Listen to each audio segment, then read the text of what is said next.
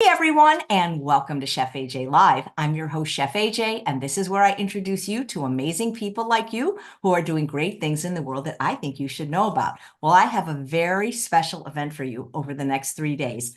I am going to be hosting the How Healers Heal Summit, and we are going to be discussing this book. It's a wonderful book. There'll be a link in the chat and the show notes for you to get it. And we're going to feature 24 of these amazing lifestyle physicians from the book who've had their own story of healing, hope, and inspiration that they're going to share for you. You're going to be able to ask questions live at the end of each day's summit. And I have a co-host for this event. She's been on the show before, and she has an amazing story. If you haven't heard it, you should watch that episode or follow her on Instagram. She's also featured in the book, and her name is Dr. Simran Malhotra. Please welcome her for the next 3 days of the How Healers Heal Summit to Chef AJ Live. This was kind of your idea, so thank you so much. Yeah, thanks for having us. We're very, very excited to be here, and I know everyone's very excited to share their story. You're going to hear incredibly inspiring and transformational stories about how at least these 24 doctors that are going to be on your show, how they use the lifestyle as medicine to completely change their lives. Everything from their own diagnoses as a patient all the way to combating burnout as doctors. So I'm very excited to introduce every single one of them. So thank you for that pleasure. And we will start with Dr. Maitri Shankar. She is a board-certified lifestyle medicine physician. She specializes in nuclear medicine, specifically nuclear oncology, nuclear cardiology, theranostics, radioisotope therapies, and osteoporosis. She's an author, a TEDx speaker, an award-winning organic gardener, a health activist, environmentalist, ethical vegan, and culinary medicine enthusiast. Thank you for coming, Dr. Maitri Shankar. Hi, thanks, Chef AJ. Thank you, Simran. Happy to be here.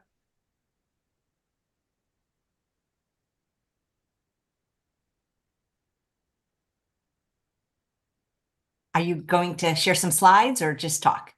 I think I'm just going to talk with any questions, or I think this is my third time here on your show. So thanks for having me. And I think it's a great, coming all of us together. It's finally, I found my tribe.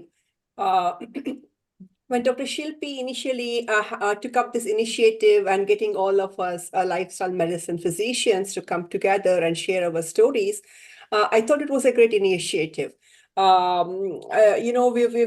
all had a journey of our own where either as a patient or as physicians whom we care for other patients, we're seeing that shift in mindset, if you will. There has been a paradigm shift in how healthcare is being delivered.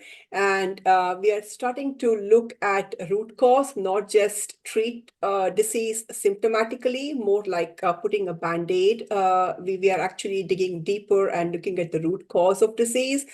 I think I myself trained in medicine a bit in India and later in the US in California.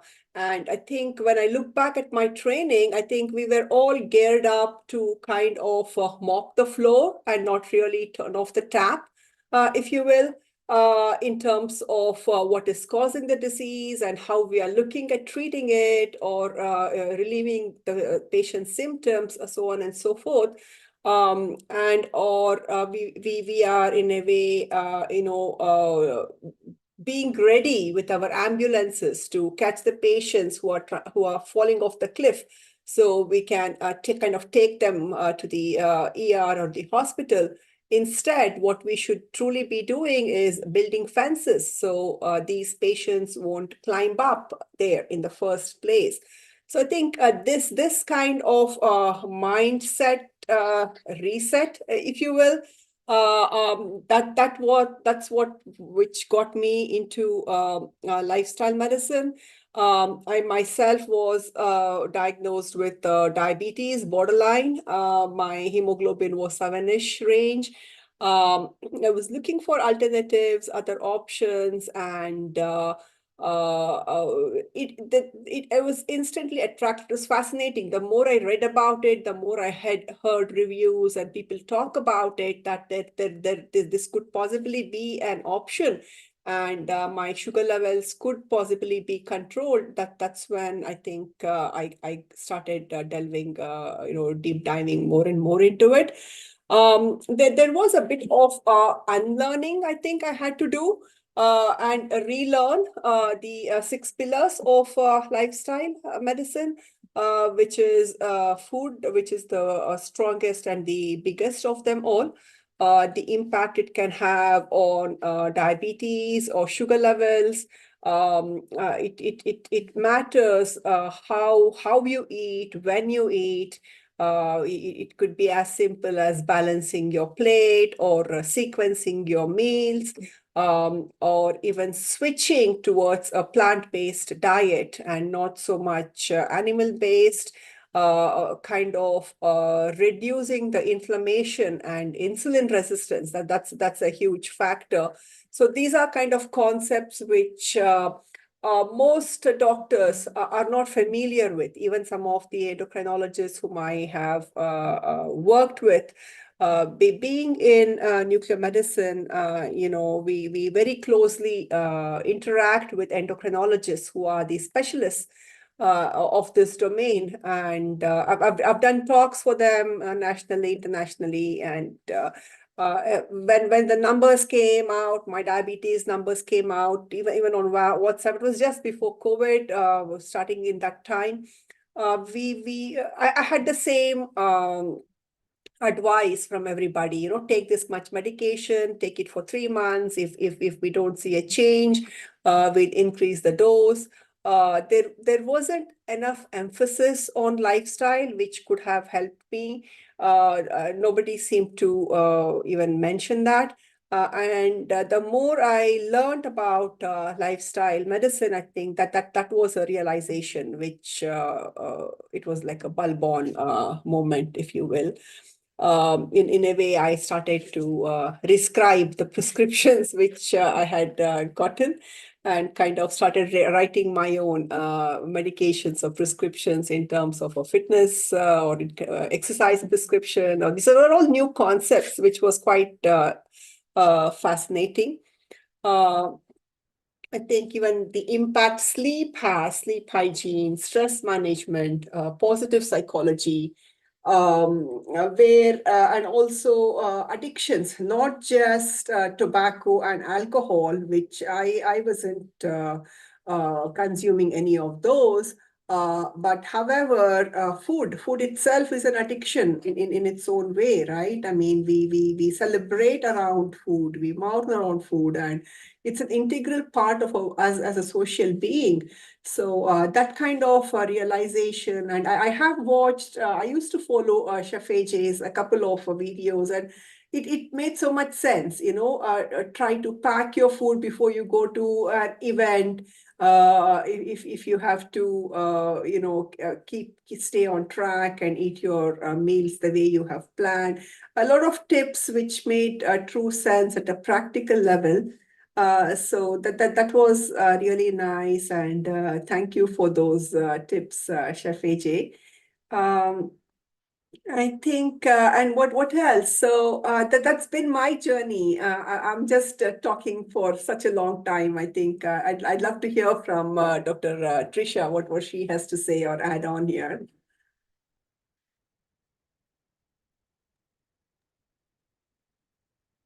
Well, one question I have for you is like the question about, are you what you eat? I think so. I mean, you are what you eat, right? I mean, it's essentially, if you kind of break it down, we are eating macro and micronutrients, and further on, we are eating,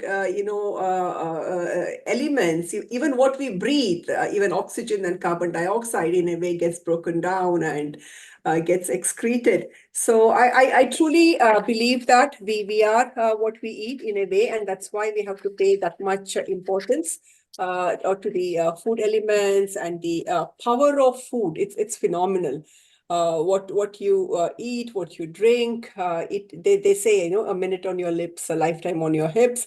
But So it's mainly what we consume. It's water, the protein, the carbohydrates, the minerals, and the fats. That's what we see. But I think there is so much more to it. There are different ideologies. Like in India, we have the Ayurvedic concepts, which again classify it into Vata, Pitta, and Kapha. Coincidentally, that kind of analogically, you can, in parallel, look at an ectomorph or a mesomorph or a endomorph. There are connections there to the body composition.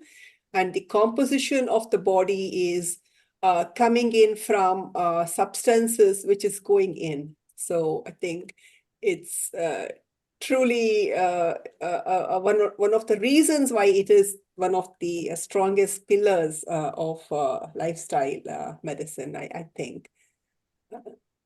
Thanks, Dr. Shankar. We really appreciate all that you just shared. So we'll move on to introducing our next co-author, Dr. Tricia Shymak.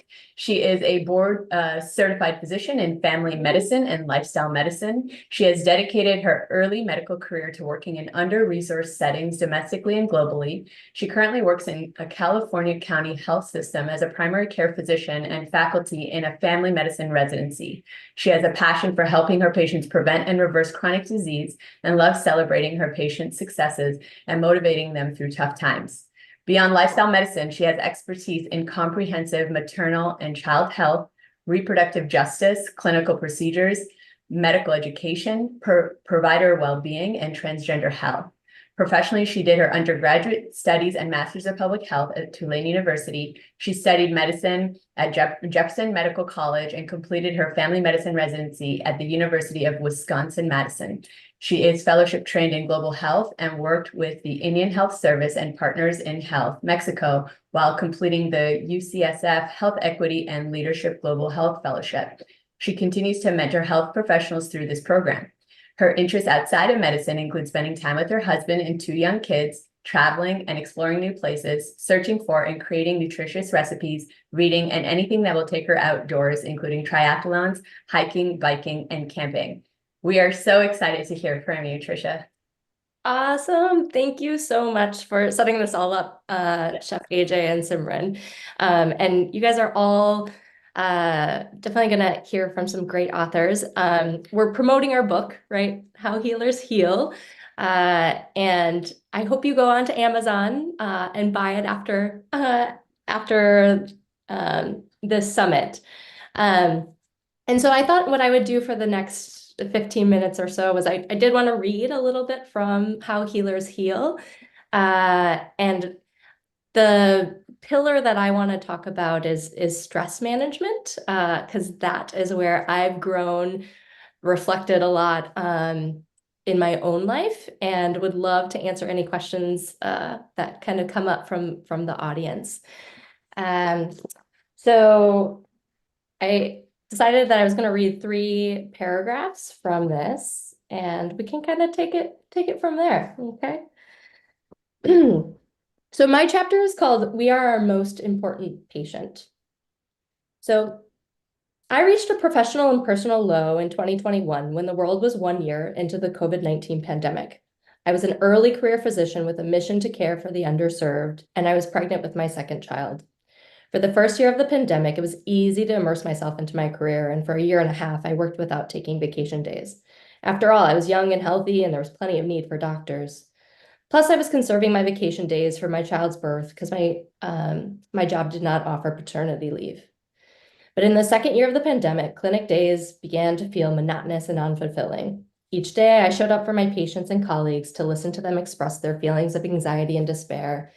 But because of social distancing and long work hours, I stopped seeking support from my friends and colleagues to process my own stress.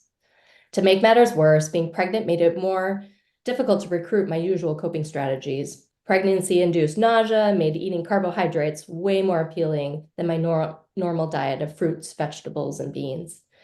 Exercising felt like a chore and more draining than usual, and prenatal exercise modifications left me feeling dissatisfied when I could convince myself to work out. So that kind of like sets the stage of how I was feeling. And I think for other people who might be on here, Um, that feeling of burnout or some compassion fatigue. If people who are healthcare providers or even just caregivers in general, when we are spending so much time in like giving and like pouring out of ourselves and not taking that time to fill ourselves back in, it can kind of lead to what burnout is, which burnout is just the state of being like physically and emotionally exhausted. So that kind of like set the stage. And then thankfully, I found lifestyle medicine. So in 2022, I delved deeper into the field of lifestyle medicine and I pursued board certification. I learned the 6 pillars of lifestyle medicine, each of them promoting health and well-being. A deficiency in one of the pillars can have negative consequences on one's health. When I started this journey, I realized I was personally most deficient in stress management and emotional well-being. Previously, I had positively managed stress by eating well, engaging in physical exercise, and socializing with friends and family. But time constraints of motherhood and my busier career had decreased the time and attention I was spending in those areas. Instead of taking time to cook nutritious meals, I started to include more quick, easy processed food alternatives in my diet. My husband bought nutritious snacks that were made with vegetables, but were just as processed as potato chips or cookies. So kind of talking about how we adapt, right? And the first step in change is really taking an audit and realizing what we are doing. And once we realize what we are doing, then we can actually take the next step in putting a plan into change.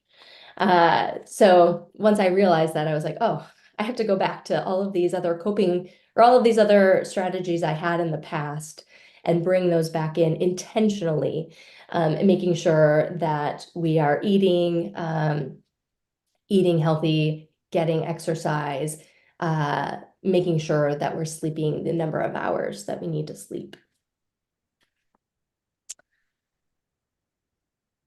Okay.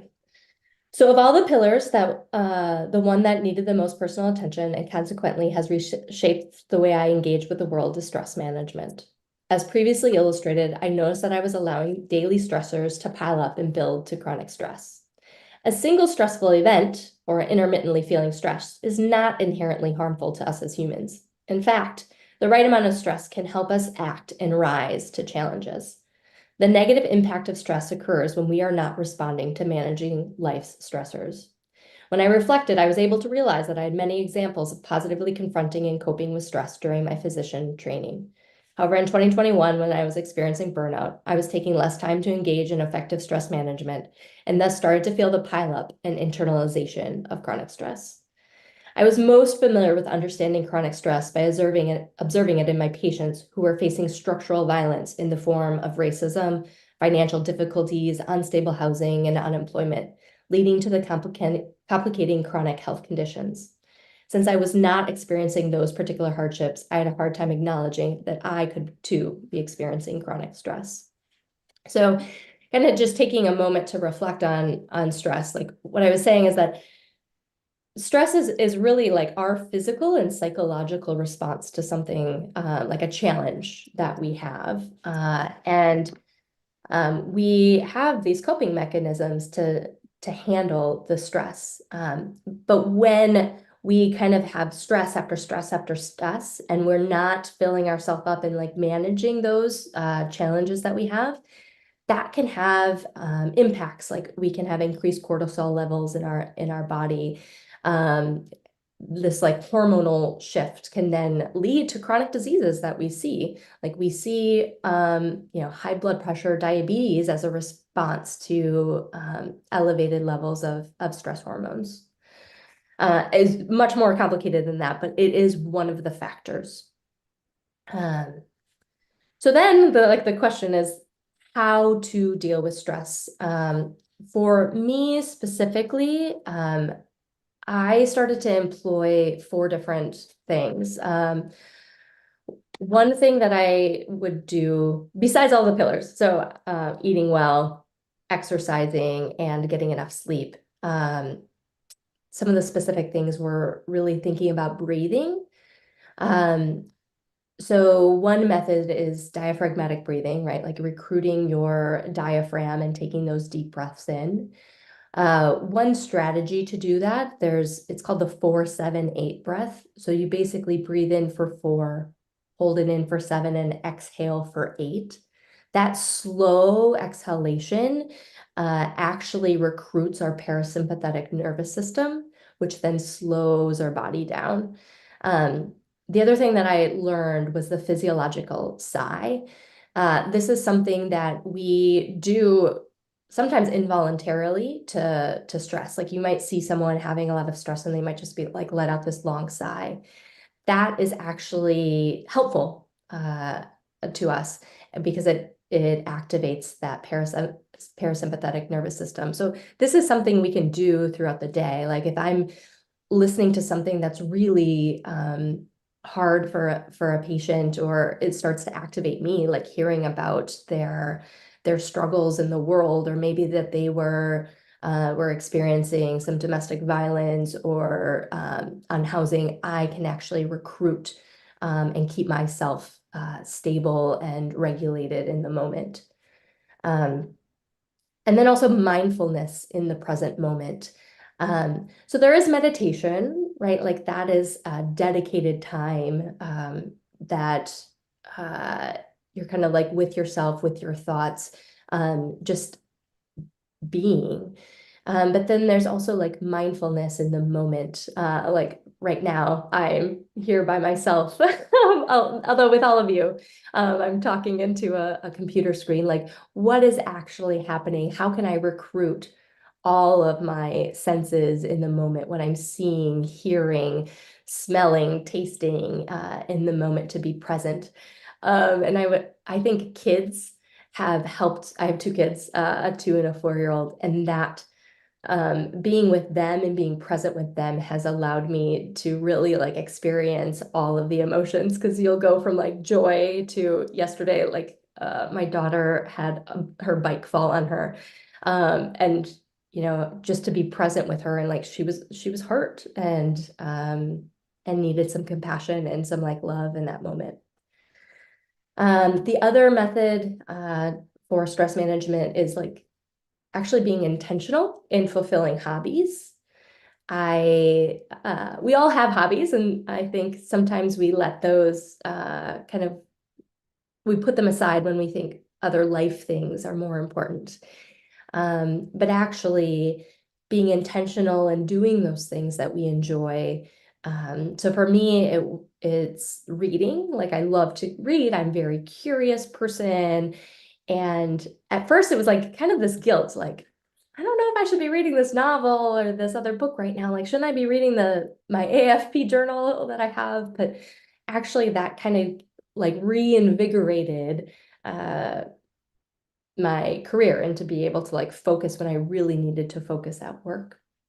And the other hobby for me is fitness.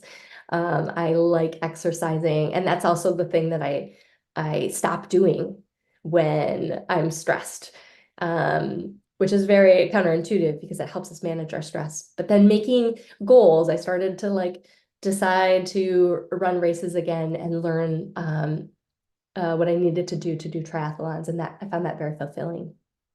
And the last one that I wanted to mention was journaling.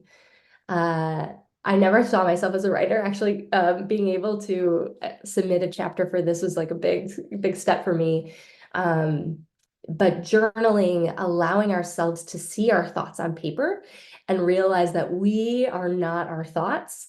And the 2 things that I would recommend for any of you all that's listening to this is when journaling, because I think sometimes people are like, what do I write about? Like gratitude and like what is going well, and celebrating those accomplishments, because we're training our brain. It's actually like, it's neuroplasticity, right? Like making our brain focus on those good things that are happening, on gratitude, so that our brain will automatically start doing that, because our brain is meant for it's meant for survival, right? Like We need to make sure that we don't get eaten by the tiger or die in a famine. But right now in the world, those stressors come in different forms now. They come in like an argument with your loved one, or a disagreement with your boss, or having a lot of work to do at work. So journaling can help that. I will stop there, and yeah, thank you so much for having us, Chef AJ. Well, the pleasure is mine. And I want to point out, if you don't have the book, there's some very cool features in the book. And I want to point them out to the audience. I forget what this, a QR code. QR code. So Yeah. this is so cool. We can just go right to your website. And Dr. Tricia, what I love about your website is the name, Healthy Family Doctor. And I'd like to know from you, and of all the physicians speaking, if you guys do any kind of virtual consultations, because you should always mention what city you're in, and if you're taking patients, because there'll always be somebody that resonates with you, and they, I'm sure, like to know if they can see you. Yeah, yeah. So you could connect with me, probably easiest on the website, or find me on LinkedIn. And I would love to connect with people who are interested in applying some of this to their life. But do you see patients is what I want to know. And if so, yeah, this is a new venture for me. I see patients right now in the county, and then also figuring out the ways to do that in another way. So the county, what county is oh, that? sorry, I work in Contra Costa County Okay. in California. There's a So lot of I'm counties. used to taking patients by insurance, Medi-Cal. Nice. Yes. And nothing virtual right now. I haven't, but I can.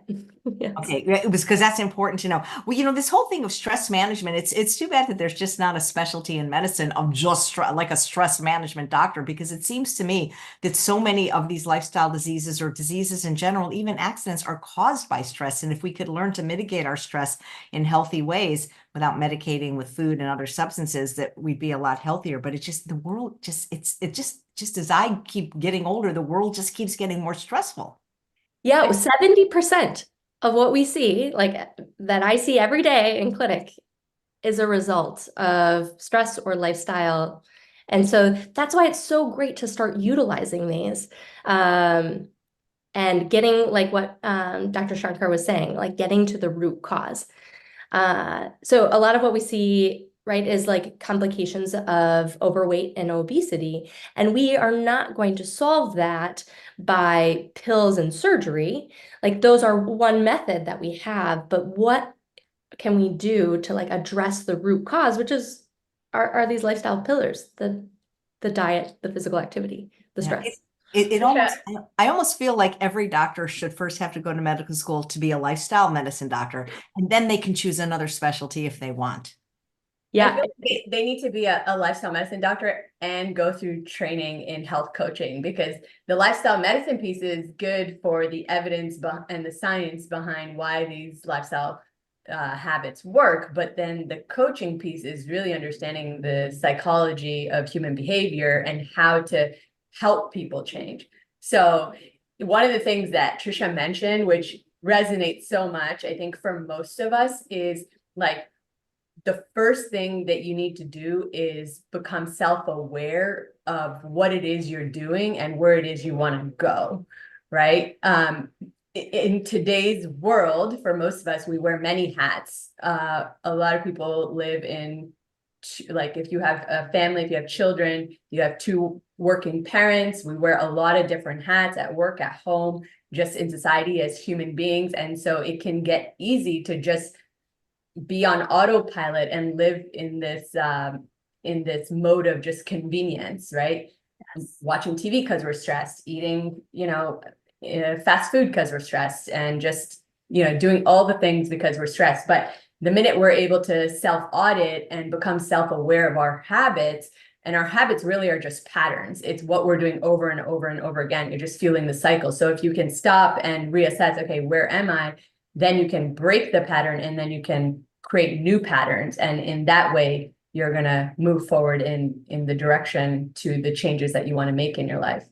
And gratitude, I think you mentioned, that is probably one of the most important things on my journey I'll share tomorrow is that we all have the ability to focus on what's going right and what's going wrong. It's just a matter of which one we decide to choose to focus on, because our focus is everything. It'll determine the experience of life that we have.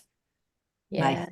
Thank you. And if you just joined us, we're here on day one of the How Healers Healer Summit. We're going to be talking to 24 of the amazing lifestyle physicians that are featured in this book. We have almost all of them. And Dr. Shankar, one of the things I wanted to point out about you, and each chapter has the photo of the doctor and some fun facts, is this will resonate with my audience, that you are also an ethical vegan. And it says you're an award-winning organic gardener. That's pretty impressive.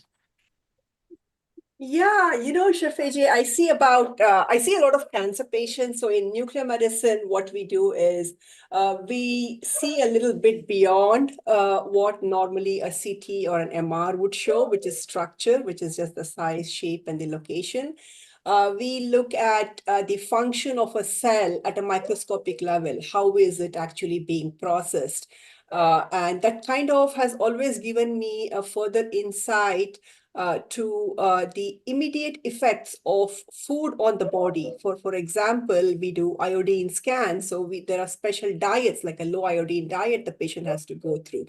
We do PET-CT scans, and we have to measure the sugar levels before we inject FDG, which is the fluorodeoxyglucose, which kind of traces, it goes into cancer cells, and cancer just feeds on glucose, multiple times higher than normal cells.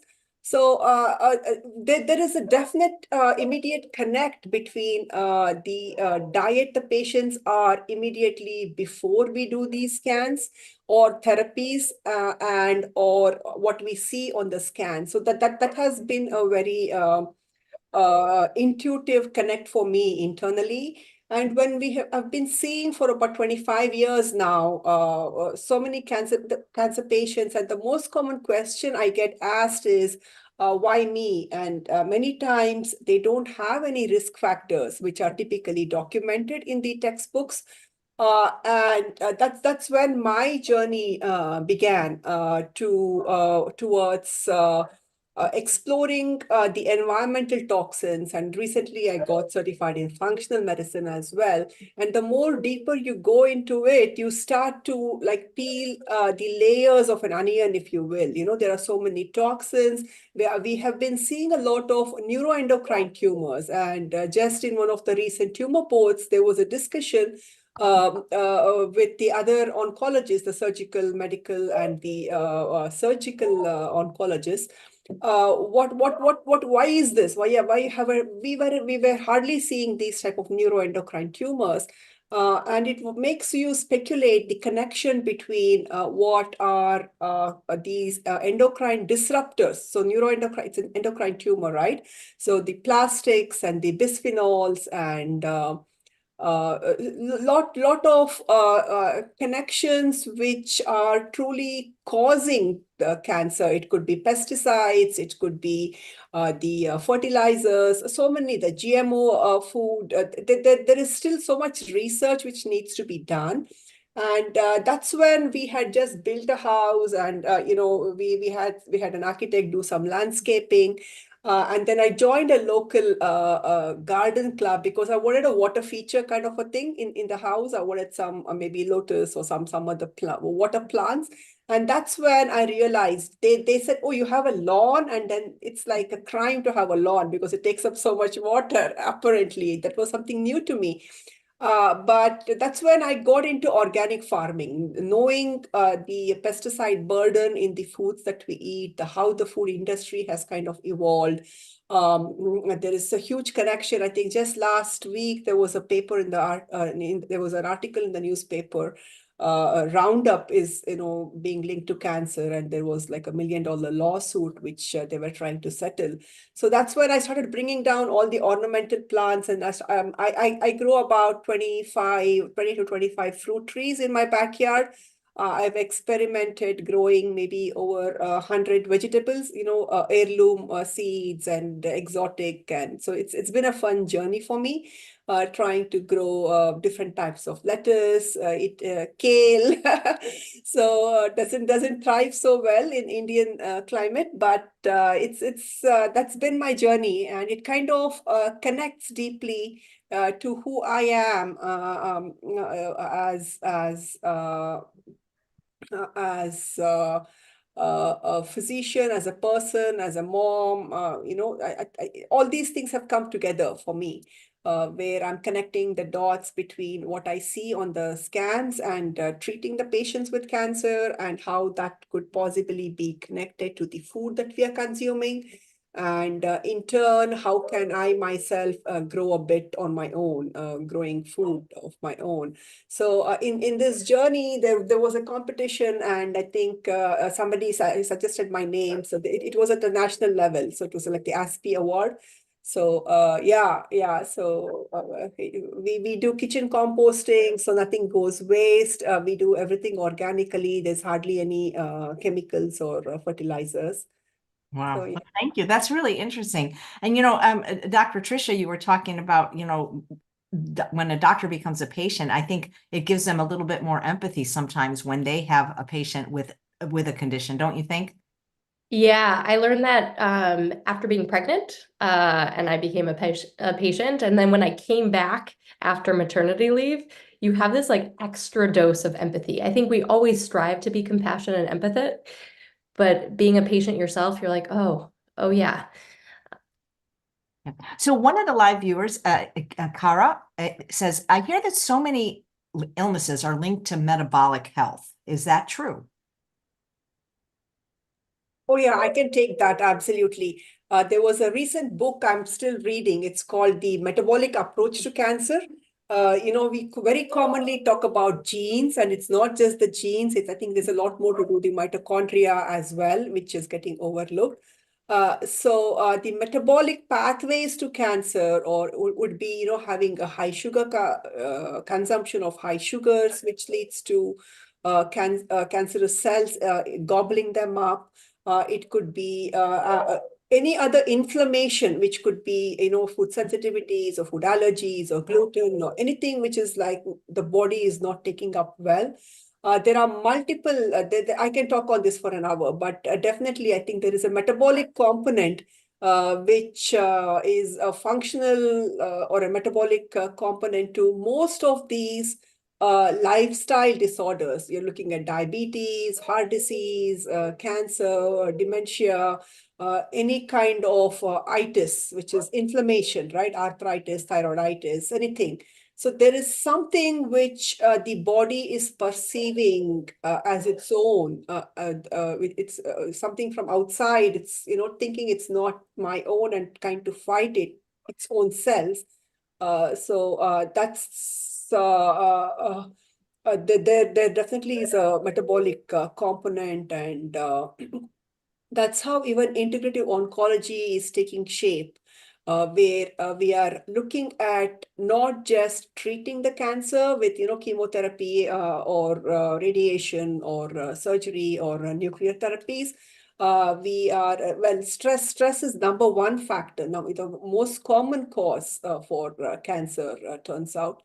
And how all these elements outside, which interact with the body inside, kind of trigger these cancer cycles, making these cells go berserk and reproduce nonstop. Did I just hear you say that stress is the number one cause of cancer? Yes, there's some data coming out on that. Yeah. And there's, they used to say anesthesiologists were the number one, even amongst physicians, right? Anesthesiologists were the number one, most highest number of suicide. Turns out they're medical oncologists in the newer, the latest data, which kind of is fascinating to see. And I think Well, it's if the you sheer. think about it too, like all these things lead. So I think what you said about inflammation, right? Like When we are stressed and cortisol levels are higher, like increased inflammation in our body. When we're eating junk food, that leads to inflammation in our body. And all of these inflammatory effects then affect our cells, and our cells become dysregulated, and then we develop disease. Oh yeah, absolutely. There's even literature on what they call the ages, acetyl glycosylated. End products, yeah. So I think it was in Cedar Sinai. There was a research where they compare the numbers. I'm forgetting the numbers, but all of them are linked to some kind of an altered metabolic pathway, which changes how a cell would normally behave. And sometimes it could trigger like a mutation or some kind of a alteration where it starts to produce instead of what is called autophagy, which is, a routine housekeeping of the cells where the bad cells or the zombie cells are taken out of the body automatically. Somehow those pathways are suppressed, and the bad cells continue to grow and they start to spread. So there is still so much research, I think, which needs to be done. And when you say sugar, though, the audience wants a clarification. You're meaning simple sugars, not things like fruit or complex carbohydrates, correct? yes, of course, yeah. Okay. And you mentioned the book, The Metabolic Approach to Cancer, and I'm wondering if that's worth my time reading, because the reason I never bought the book when it came out is it says as a subtitle, Integrating Deep Nutrition and the Ketogenic Diet. Are they recommending that as the cure for cancer in that book? Yeah. So that was also my big challenge. So I got certified in lifestyle medicine, and then, in functional medicine, there is a different approach. There is a emphasis on whole food, plant-based, but certain lean meats and certain omega-3s, there is allowance for that. But in most of the forums, I think ketogenic diet is something I personally never ever recommend to my patients. Maybe some pediatric neurologist for some epilepsy patients perhaps might use it.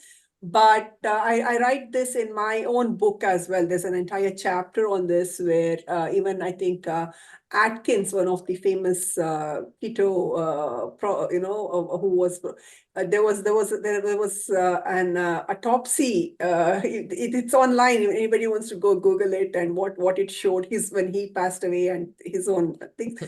There's a long thing with this. Ketogenic, maybe it is popular because it gives you quick results, and you can eat what you like. I mean, you can eat a lot of fun things, or what would be perceived as something which they would like to eat. But perhaps it would give them short-term results, but long-term it is detrimental. It is really detrimental to health, and I would advise people to exercise caution. I am still yet to be convinced. I need to do more research and connect why they talk about the ketogenic for cancer. I haven't finished that part of it. And I need more convincing or a deeper understanding before I comment on that.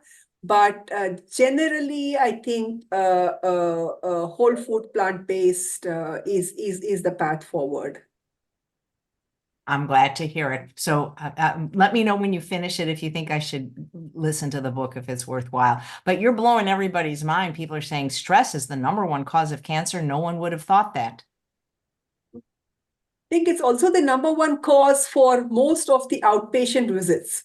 And in cancer, there's a lot of emotional anxiety. When we do scans, even before they get off the table, they want to report, or they want to know, has it spread, or how far it has spread, or because that is what truly determines the prognosis, if at all, and what type of treatment they're going to be getting, right? Because there's a huge amount of emotional anxiety. after they get after they know that there's something being suspected. But even before that, if you gather enough time and you talk to them, many times, most of the times, there is a psychological component. At least I have felt that there is either with work or some family relationships, or I think there is even some data which is talking about that. Yeah, so something to be aware of. And uh, Yeah, I don't think we can underestimate the power of our brain and our mindset in all of this, and how powerful it is to be able to like utilize our mind to like make shifts, and that can positively influence our emotions, and decrease our levels of stress or negative emotions. All right. Thank you, Dr. Shankar and Dr. Shimek, for joining us and for all that you shared with us. So we have our next three authors here, so we will move on. If you guys have any final thoughts. I guess the final thought that I have, was just the last line that I wanted to share with everyone, because I think it can resonate, well, definitely with all of us as healthcare providers, but even people who are caregivers here, is that the most meaningful lesson for me, and the one that I hope to share with other healthcare providers and caregivers, is that we cannot continue to promote self-sacrifice in our medical culture. Instead, by recognizing that we are our most important patient and caring for our own well-being will allow us to continually provide the quality care that we strive to give. Love that. All right. Well, we have Dr. Amy Patel next. Dr. Patel, are you ready? Are you with us? Let's see. I am. There she is. All right, wonderful. So I will introduce Dr. Amy Patel. She is a physician and professional coach, board certified in pediatrics, internal medicine, and lifestyle medicine. She completed her residencies in these programs at the University of Pittsburgh Medical Center and Children's Hospital of Pittsburgh. Dr. Patel earned a BS in biology and community health from Tufts University and her MD degree from the University of Vermont College of Medicine. As a certified coach, she focuses on helping people develop and optimize wellness, leadership, and life skills. Her professional interests are rooted in the belief that everyone deserves access to quality healthcare and evidence-based inclusive health education. Dr. Patel is currently the Dean of Health and Wellness and the Chief Medical Officer at Phillips Academy. She teaches in the Empathy, Balance, and Inclusion course and guest teaches in physical education and biology on health topics, including sexuality and substance abuse. She also serves as an academic advisor and supports student-led health initiatives as a faculty advisor to several student clubs. She consults across campuses on a wide variety of health issues at individual and policy levels. In addition, is a member of several committees that work to support students and is also an advisor to several student clubs committed to student health and wellness. In her spare time, she enjoys practicing what she teaches, spending time with family and friends, and traveling throughout the world. We look forward to hearing from you, Dr. Patel. Thank you. So I'm a physician, mother, and a coach who works with people of all ages to help them learn how to live well. So what do I mean by that? I help people identify what it means for them personally to live well. And that might be along a particular health metric. It might actually be along something a lot bigger, a broader goal that they have, what barriers exist, and how to prioritize these goals so that they can achieve them.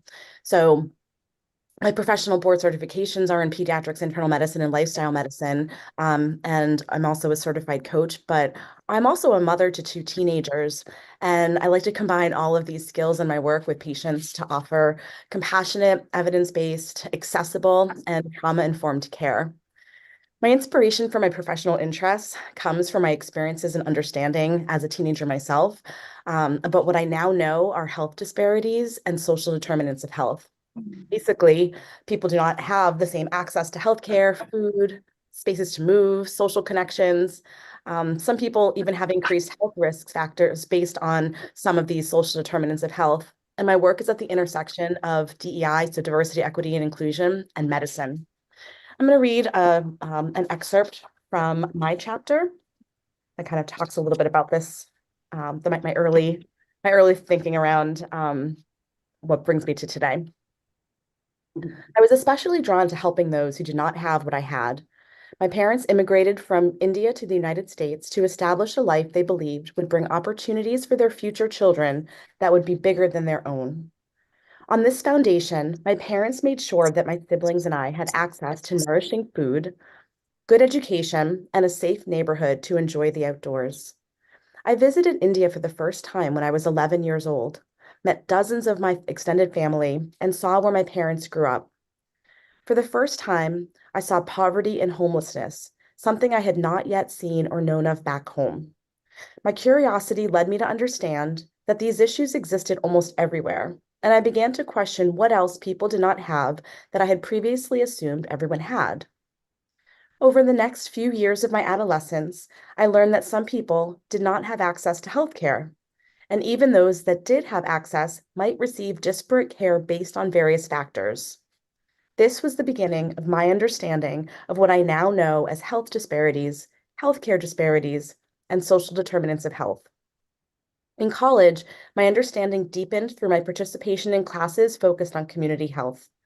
I decided I should become a pediatrician and work in underserved areas where my help as a physician was the most needed. So, using an evidence-based approach with over 5 decades of research, lifestyle medicine is an equalizer and an anchor for everyone. Many lifestyle interventions are low cost compared to other healthcare costs and can be accessed by everyone.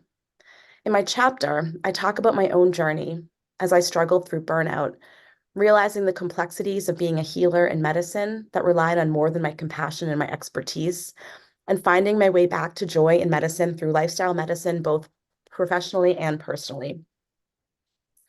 I'm going to read one more paragraph from my chapter. The simple way to summarize my approach as a physician mother coach is that I help people learn how to live well. Some patients focus on healthy weight management or improving their relationship with substances and working toward minimizing or avoiding use, or running a marathon. I help patients look at the bigger picture as well and explore what it means to them to live well. One patient told me that she was tired of her weight fluctuating so much, months of eating better and exercising only to drop those habits and gain back that lost weight. I helped her to step back and find her real goal. What was she trying to do by losing weight? And why was the number on the scale her measure of health? After some discussion and thought, she articulated that her goal was to live to see her grandchildren and to be mobile enough to play with her grandchildren when she was older. For her, that is what living well means. Once that was understood, the path to achieving better health was much easier to develop and follow using lifestyle medicine principles as a guide. My journey to this point has not been as linear or straightforward as I thought it would be when I was a teenager. The healthcare system is more complicated, and systemic barriers make it challenging for patients and the physicians leading their care. While the practice of medicine is not as simple as that Norman Rockwell painting, lifestyle medicine has been instrumental in my path to learning how to live well and helping others do the same. So I enjoy meeting people where they are in their health journey and helping them take steps forward, no matter how big or small, toward their health goals. The 6 pillars of lifestyle medicine provide the foundation for what healthcare should be, and it has been incredible being a part of this exponential growth in the field and bringing it to patients of all ages. That was beautiful, Amy. Thank you. I think you hit it on the nail on the head when you said to your patient, what does it mean to live well to you? Because once we can help people find their true why, then the how will come much easier. And when life gets hectic, they can go back to their why and move forward with momentum again. So that's beautiful. Thank you so much. Yeah, absolutely. And I think also not only is there why once we actually can establish that an anchor, but I think then coming back to the grounding principles of, the 6 pillars in lifestyle medicine, that's another grounding anchor. So the two really work synergistically. Absolutely. Absolutely. All right, so we'll bring you back for our group discussion. So we'll have Dr. Julia Huber next. Dr. Julia Huber is a wellness consultant and trauma-informed professional coach who works with physicians and other professionals who are suffering from burnout and who are ready to make a significant change in their lives, particularly in the years leading up to retirement. She is boarded in emergency medicine as well as lifestyle medicine and has an online telemedicine practice via Heal is Health.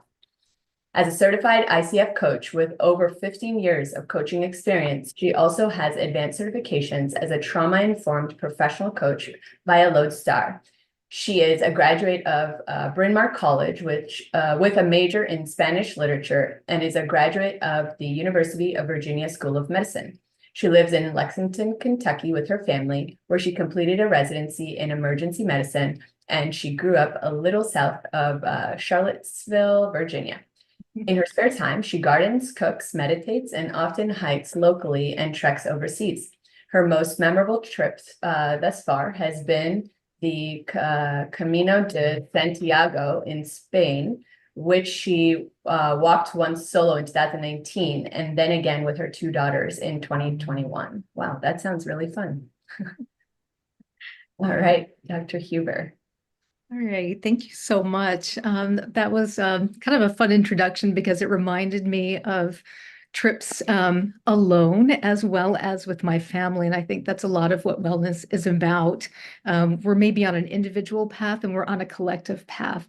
And that dovetails well with what Dr. Patel was talking about in terms of really looking at our communities at large as well. I'm just going to read a couple paragraphs from the chapter that I contributed to How Healers Heal. And it kind of traces my trajectory as a natural food store bagger of granola. I was also doing ambulance work, and this is when I was in my 20s before I went to medical school. And then traces a little bit of the trajectory as I was in medical school and then started learning about lifestyle medicine.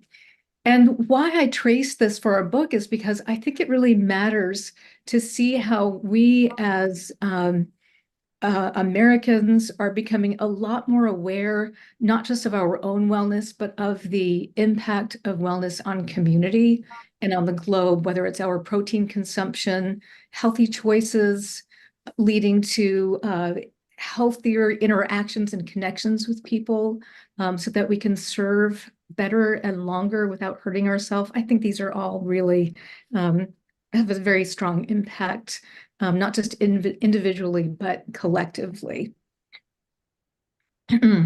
So mine is called The Wise-er Vegetarian. So not wise, just a little bit more than wise, a little bit more. You are such a dumb vegetarian. These were harsh words for me, a tree-hugging clerk cashing out granola in a health food store in the early 1990s. I was ringing out one of the mountain climbing jocks who worked at the hiking supply store a few doors down. Like me, he was also in his mid-20s, a gangly guy who came in each morning for his cup of joe. I could feel my little round face grow hot and flushed, and I was irritated. Plus, I was feeling really fat that day, and he was not helping. He's not a great start to a Monday morning. He saw what I ate for breakfast, bread with lurid wads of all-natural margarine. Sometimes I would sit in the back, pull out a jar of the stuff, and cram it in on my breaks. Hey, the animals are okay, and I'm a healthy vegetarian. He had caught me red-handed and was merciless, but spot on. I truly had no clue what I was shoving into my body, and couldn't figure out why I weighed more than what was healthy for me because, gosh, I wasn't eating meat or desserts. At minimum wage, I couldn't afford new jeans, so each day I had to gasp to zip and button them up before donning my little blue work apron. I wished my eating and weight conundrum weren't so obvious to him, and wish he had just kept his thoughts to himself. But fat shaming seems to be part of our modern culture, so this was just another day at work.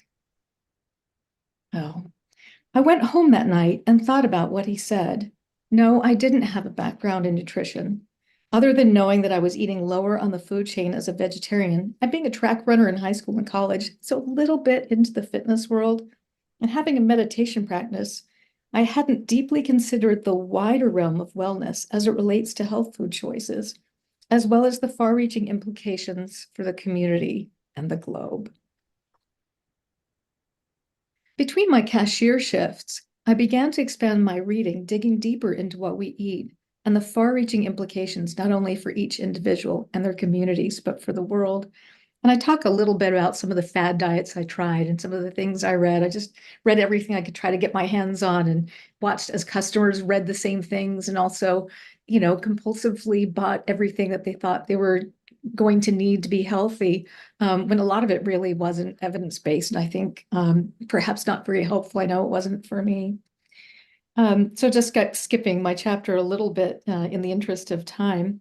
I say I don't recall hearing the term plant-based when I entered medical school in the early 90s, and there was no specific nutrition class. But in retrospect, they taught us down to the molecular and cellular level what is behind what we eat in a given day, and how these choices can frequently contribute to activating disease states. Thiamine deficiency and alcoholism, as well as B12 deficiency and vegetarianism, were presented in the same lecture. I felt a bit defensive, perhaps triggered by the dumb vegetarian accusation from the previous years, which implied that a vegetarian may do ignorant things that hurt their body due to nutritional deficiencies. Sadly, we didn't learn the benefits of vegetarianism at that point. I think it's helpful to make this point that a lot of this information was just starting to come out. The nurses study was coming out. Diet for a Small Planet by Frances Moore Lappé really just educated, I think, a lot of communities about how to eat from a balanced standpoint with a respect towards protein consumption. So this was all just starting to begin. But I think the seeds were there. And I think at the same time, there was so much judgment of people trying to live, making healthier choices. And also, as I said earlier in my chapter, there's a lot of fat shaming. So how do we live with all of these criticisms and judgments from society? So I'm just fast forwarding also. And I talk about starting to read about lifestyle medicine. And this is around the time of lockdown. I located the American College of Lifestyle Medicine online, and I started reading about the 6 pillars, and it made sense. Using evidence-based research, American Board of Lifestyle Medicine practitioners know how to assess a patient for readiness to change, evaluate for risky substances in a non-judgmental way, address patients' weight concerns in an open-minded way. By referring to evidence-based guidelines around following a plant-based diet, we are able to avoid being trendy and offer support to patients as part of a community working toward wellness. Add to that essential stress management, guidance around getting in motion, and education around sleep hygiene, as well as advocacy for our deeply human need for social connection, for us to live healthy and happy lives, and the world of wellness and the world of regular, I say that in quotes, medical practice come together very beautifully. And as for this dumb vegetarian, I really have so much to learn. And I'll stop at this point because I don't want to go on too long. I want to make sure each person has the opportunity to talk. And there's so much open for discussion right now. But I do think it is important that not only we focus on maybe what we look like or how we feel in our bodies, but also the implications to our families, to our communities, and to the globe in terms of mindful consumption and mindful connection. So thank you. And please, if all the presenters could also please say if they practice with patients where, because people really like to know if they resonate with you, if they can see you either virtually or in person. And also please always say your social media handles if you'd like people to connect with you. Okay. Yes, I also do lifestyle medicine consultations online with Heal is Health. And I have my own coaching practice. It's juliamariehubert.md.com. And in terms of medical practice, I'm licensed in Kentucky as well as in Virginia. For my coaching practice, it's a trauma-informed professional coaching practice. It's open to all people from all walks of life and literally globally.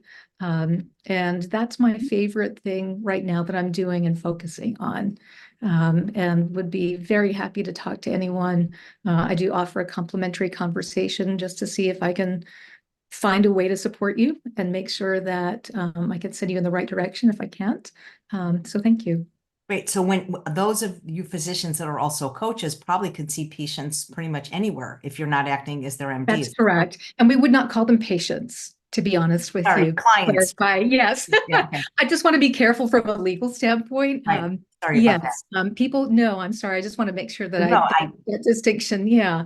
So we would call them coaching clients, and we provide education and we provide opportunity for perspective and goal setting, which is really so dovetails well with lifestyle medicine, and absolutely supports those 6 pillars, provides people with the agency that they need to make healthy choices, education so they can read a little bit more, and it's not prescriptive.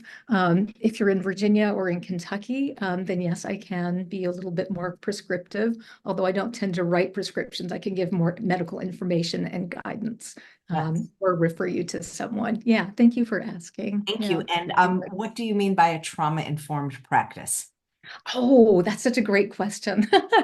I'll have to watch the clock and make sure I don't talk for too long, because it's so important. I trained, gosh, I'm just trying to think of how far to back up. When I was just in the throes of burnout as an emergency physician, I started taking trauma-informed yoga classes, and they were absolutely life-changing. And that was my first interface with trauma-informed practices. I then became a trauma-informed coach and a trauma-informed yoga instructor. And what happens, I think, is that I would say trauma is pretty universal. I think it's very hard for any of us to just get through life without having had some type of impact, some type of loss. And there's an awareness that that can sometimes be relevant in conversations and in actions in the workplace and in person. And if we can start recognizing what activates us, then we can learn how to emotionally regulate ourselves. We can learn how to set boundaries. And importantly, we can learn to recognize when others might be activated. And rather than responding from a place of judgment, and saying, oh, well, what's wrong with you or them or that system or that group or that organization, we bring a curiosity and we ask what happened. So it's very focused on people's narrative, really deeply listening to their story, and providing an opportunity to be authentic and to unburden a little bit. So that's, I think, why I've switched over to trauma-informed coaching. I can spend a lot longer with people. It's not therapy. And as one of my instructors used to say, it's not therapy and it's therapeutic. So I think that's kind of, in a nutshell for me, what my practice is like. Yeah, thank you for asking. Oh, thank you for explaining. And Dr. Patel, you didn't mention if you see patients, if you're still here, if you'd like to mention that, or if any of you have social media platforms, you can just say where people can follow you as well. Yeah, thank you so much. So I'm actually outside of the Boston area, but I see clients virtually as well, anywhere. So, and that would again not be in a physician capacity if it were virtual, but more in the coaching and integrated lifestyle medicine consultation capacity. So I do have a website, which is amypatelmd.com, and Live Well MD Coach on Instagram, and would look forward to connecting with anybody for whom what I say resonates. Thank you.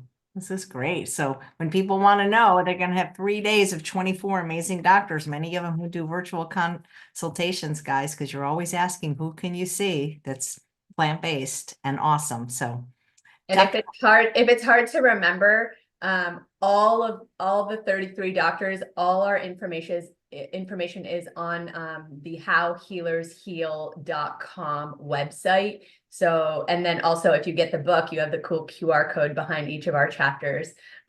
So you can find us that way as well. Great. Who have you got next for us, Dr. Malhotra? All right. So next we have Dr. Jaya Venkataraman. She is a caring and compassionate board certified pediatrician at Germantown Pediatric and Family Medicine in Germantown, Tennessee. She has over 20 years of experience in caring for children and young adults. While she enjoys practicing all areas of pediatrics, she's especially interested in the management of patients with asthma and preventative medicine. Her focus is to help all children develop healthy lifestyle habits so they can live their best lives now and invest in their future health. Dr. Jaya grew up in India, Tanzania, and Jamaica. As well as Nigeria. Soon after graduating from Obafemi, I'm so sorry, Dr. Jaya, I'm going to have trouble pronouncing that but University College of Health Sciences in Nigeria, Dr. Jaya moved to the United States. She completed her pediatric residency at Henry Ford Hospital in Detroit, Michigan, and worked as an attending physician at the hospital clinic for about 2 years after. Dr. Jaya began practicing in Memphis, Tennessee at Le Bonheur Children's Hospital in the pediatric emergency room and its urgent care centers before starting her practice with a mission to provide excellent personalized care to children. The clinic expanded to take care of patients of all ages recently. Dr. Jaya is a fellow of the American Academy of Pediatrics and a diplomat of the American Board of Lifestyle Medicine. She's married with 2 grown children. Her hobbies include gardening, including growing tropical plants and hiking. And her dream is to visit all 63 U.S. national parks. Welcome, Dr. Jaya, and please, can you tell me how to pronounce the name of your school in Nigeria? Hi, thank you so much for the introduction. Yes, I'm Dr. Jaya Venkataraman. I went to school in Obafemi Awolowo University in Nigeria. It's quite a mouthful. Thank you. So as you said, I am a board certified pediatrician, and I've been practicing for quite some time, and recently decided about 2 years ago to get my certification in lifestyle medicine. One of the reasons that got me into this is, as I've been practicing for quite some time, seeing a lot more issues that I never saw in the beginning, seeing a lot more children who have sleep issues, who are struggling with being bullied, ostracized, and in fact, this ends up affecting their school performance, and trying to find out what's going on, and I find myself talking to them, feeling a little hollow, following the guidelines of the American Academy. We were supposed to kind of bring up weight, and couldn't help feeling that no matter how I did it very gingerly, it still felt a little bit like fat shaming in some ways. I was trying to bring it up gingerly, and then as every time I would see them, just tell them to eat better, sleep better, and they would come back and really never took care of these issues, and it just seemed to be getting worse. So lifestyle medicine was kind of a natural path for me. Maybe when I read, let me read a little excerpt from my book, and kind of I'll be skipping some paragraphs. And I felt like I knew exactly how they felt. I felt like I've been in their shoes myself. I was born a whopping 9.5 pounds, almost unheard of for a baby born to middle-class parents in India. And I went on to becoming a chubby baby all the way to a slightly plump teenager. When I was about 13, I was more self-conscious and completely changed my habits and got to a more normal weight. My childhood was spent in Africa, Jamaica, where we spent countless hours exploring outdoors, exploring nature, and searching for new and interesting bugs, playing cricket. So I realized as I was doing lifestyle medicine that instead of telling patients to eat better, live better, part of it was really going back to the roots of the problems. As a pediatrician, I find that I'm really up against a lot of institutional challenges, if you will. For many families, breakfast is at school. When you ask them what they're eating for breakfast, they'll tell you, sausage or sausage stick, bacon, hash browns. And lunch is often pizza, and you ask them, well, did you eat your vegetables? And they'll go, oh, it's nasty. And so even if it's served, it really doesn't get consumed. And of course, when the mom or the dad pick up the child, they feel like, oh, it's been a long day, they need a treat, go and stop at a fast food place. So I found myself, when I talk to them about a meal, most of the time, by the time they get home, there's really not even a meal that's consumed at home. So I felt part of it is that I needed to go back to the roots, and as a pediatrician, realize that this is much more of optimized care for each family, depending on whether they're in public school, private school, and working with a family's home situation to see what could be done. And that's what I like about lifestyle medicine. It's not about taking a pill. It's really going back to the grassroots of how we live. Talking to them about maybe if there's this dislike of vegetables, what can we do to make things better? And part of it really has to start from the ground up. I felt that this was a far more gentle approach instead of saying, don't eat this. If I had families from India, instead of saying, go ahead and eat, oats for breakfast or oatmeal, I was able to maybe discuss with them and talk to the child and see what they were eating and work on maybe healthifying many of the meals. There's something called upma, which is sort of like grits. I think every culture has its own version of grits or pancakes. And, for example, saying maybe add some cauliflower to your oats, which is savory, so it's easier to hide the different flavors. Also, coming up and sitting down and saying, okay, if you like bread for lunch, why don't we do a sandwich a certain way? People often forget, and some of them will say, no, I really want hot food. Then maybe going over different ideas on how we can maybe customize it. Also, one of the things I love about my background is I love to be able to tailor the foods to different cultures, sort of be more culturally sensitive. So if someone's from Africa and we talk about how to eat, maybe focusing on a more gentle approach of a plant forward instead of saying, well, I think you should stop eating meat. Maybe saying, well, why don't we add this to your beans? Or when you make your bean balls, maybe change the consistency or change the makeup of the balls and cut the meat back a little bit, that way.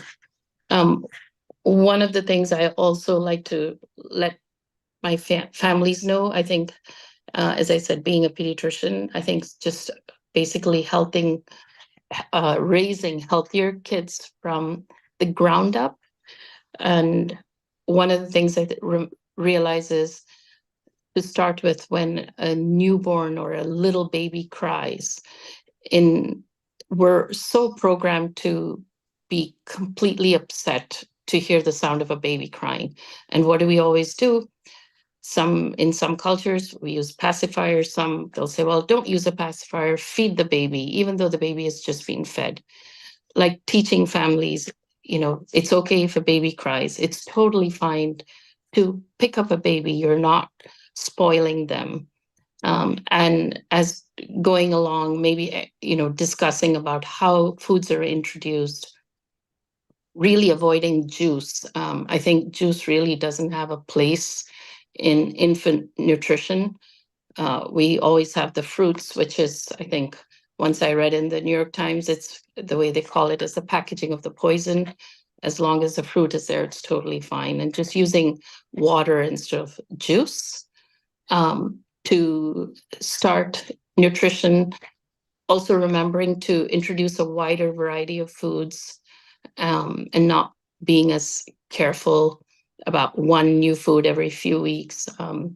We're also going away from late introduction of nuts or earlier introduction of nuts to prevent allergies. And also this is a more filling way.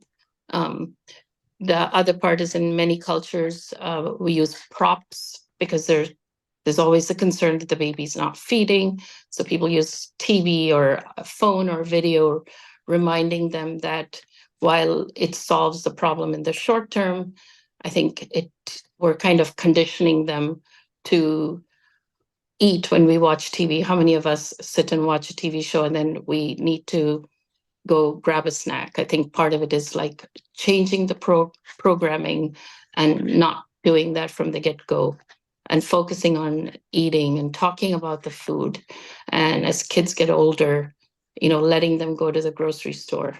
Of course, as you had talked about, one of my loves is gardening.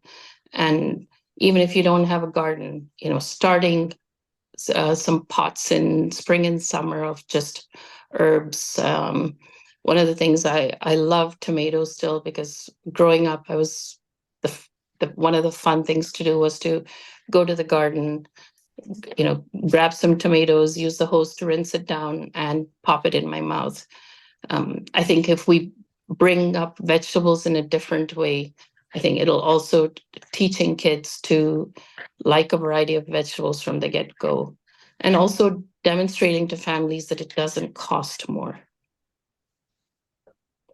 I loved all the tips that you just shared. I'm a mom, and I have a 5-year-old and I have a 7-year-old who are entirely plant-based, essentially from birth. And one of the things that a lot of what you shared resonated, but one of the things that I always say is kids won't do what you say, they will do what you do. So you can't give a kid broccoli and you eat pizza. So it's really got to be, especially in a family environment, a very, very much like collaborated effort. So I'll take them to the grocery store, the farmer's market. They, come into the kitchen and we'll chop, or, with their kid knives. And so when I find that when they help prepare the meal, they're much more excited to try it, especially if it's something new. Exactly. Yeah. And I completely agree. And I also think of it's so much easier to have homes as maybe junk-free zones, because sometimes if you have a pack of cookies, even if you feel like you're going to give it to your kids once in a while, as long as they can see it, and even if they don't see it, if they know that you've got a snack cabinet or a snack spot, they will bug you. And it's so much easier to not do that. Yeah, completely.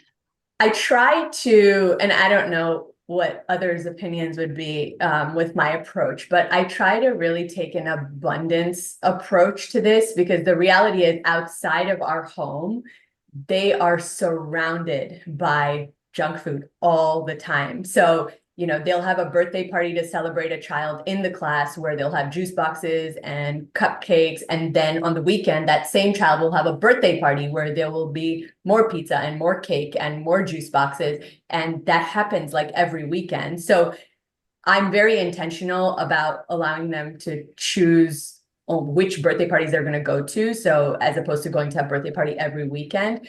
But then, also not completely constricting them. So while we don't keep junk food at home, I still allow them to have the vegan cupcake at the birthday parties or the vegan pizza and all that, so that they don't feel like restricted or they don't feel held back. And part of childhood is also feeling accepted into your peer group. And so now a lot of their friends are actually interested in plant-based eating, because they see like, oh, well, she still eats cupcakes and still does all the things we do, but she doesn't hurt animals. And a few of the children actually are asking her about, tell us more about being vegan. What's that like? And my daughter's only 7. So like when you approach it from an abundance mindset, I feel like it's really helped. And then also as a parent, like if you're trying to raise a plant-based child, like don't aim for perfection, aim for progress. And it's okay if you make mistakes along the way.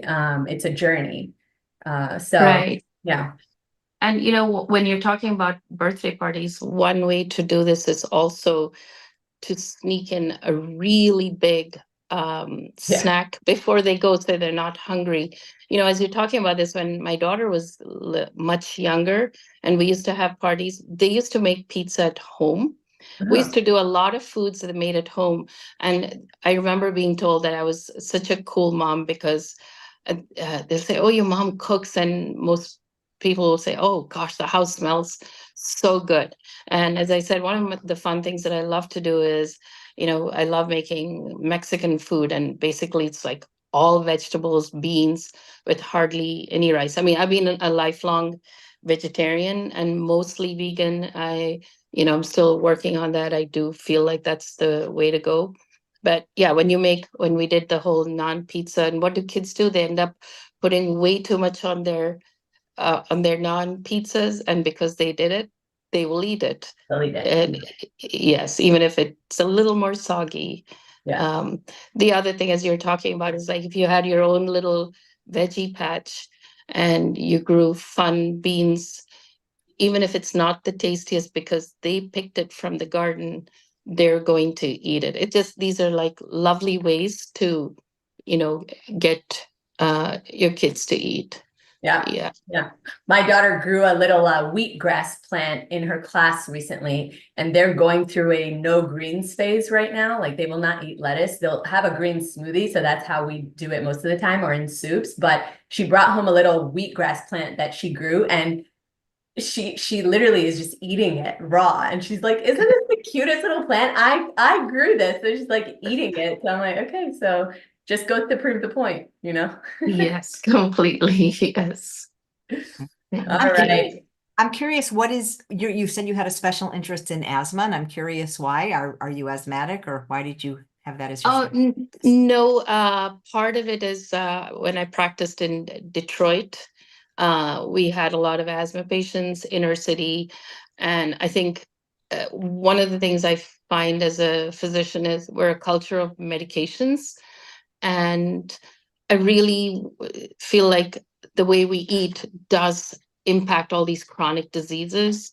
We all know autoimmune diseases are so much better if we eat a healthier diet, also focus on sleeping. And I think chronic conditions like asthma, while there's still a big place for medications, again, it's really important. I'm not downplaying that, but feel like the role of healthier living and makes a big difference to, children who have chronic diseases.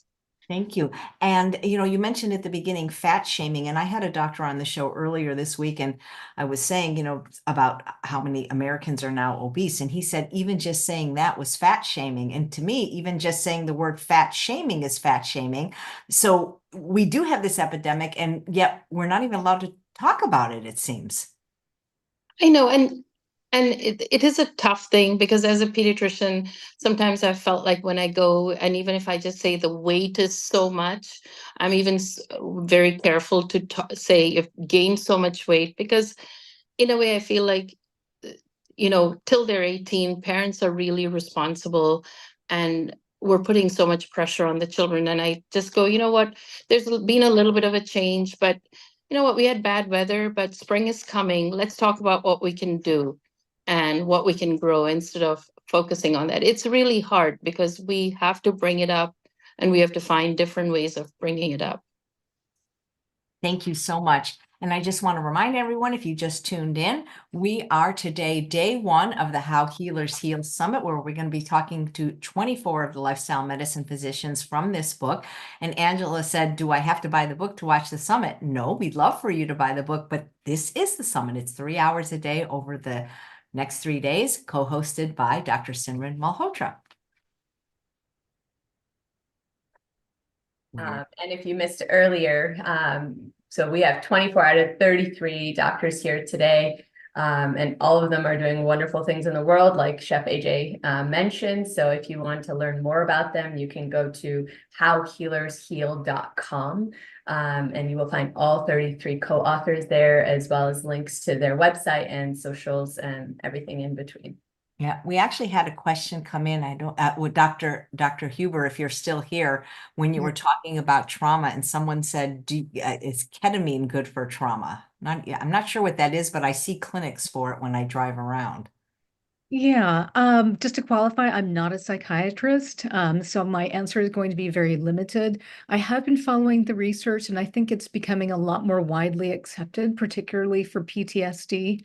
I think there's a lot more acceptance than there used to be, and I know some psychiatrists are starting to practice using ketamine, and I'm not a psychiatrist, so I feel very limited in my response to Okay. that. I'm not, I knew it was some kind of drug and I wasn't sure what it Yeah. is. But I do see these clinics when I drive by. So thank you so much. But you work with people with trauma, but you work it on a coaching level, not a On a medication. coaching level, yes, not on prescribing or administering medications. That's Right. correct. Thank you for clarifying. Nice. All right. Can I follow up on that? Just, I'd love to be able to hear if you have particular lifestyle medicine principles that apply to addressing trauma. Trauma just seems like such a universal experience now for so many reasons, especially coming out of the pandemic. So how have you found that lifestyle medicine kind of helps to address some of the trauma that you might see in your clients? You know, I think one of the most important terms that I've learned in the last several years is agency, the idea that maybe we can't control everything. And at the same time, this is very assets driven. What do we have? What are our options? And I think a lot of times we feel very stuck because we feel that we are, or there's some aspect of our lives that is out of control. Perhaps there was an aspect that was out of control, maybe when we were little, maybe when we were in certain situations where we felt like there was absolutely no exit. And I think it's so helpful to look at what our options are. Lifestyle medicine focuses not so much on you must do this, must do that, or must deprive yourself of this or that. And I think that kind of dovetails well with what we've been talking about is rather than seeing what we're taking away or what we're missing or what got ruined, we actually look forward. We look at what we have and we say, how can we make choices around that?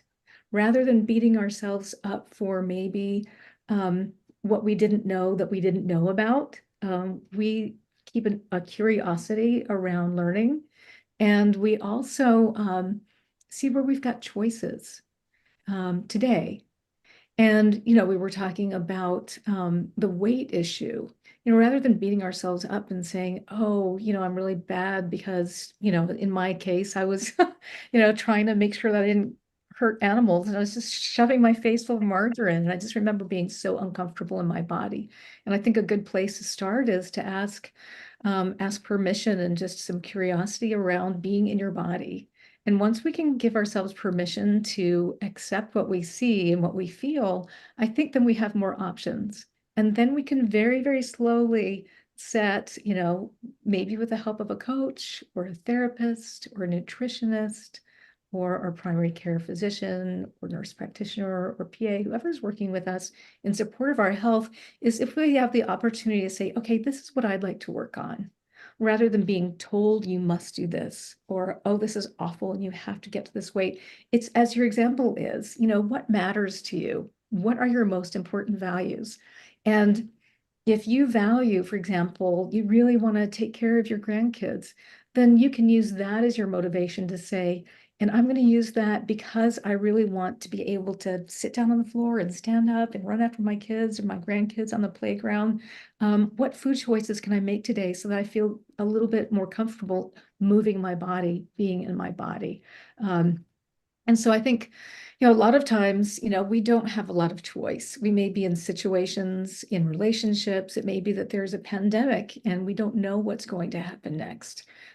Where do we have some very small choices that we can make so that we can just take care of ourselves a little bit, even in the midst of tremendous chaos and tremendous fear? How can we get grounded?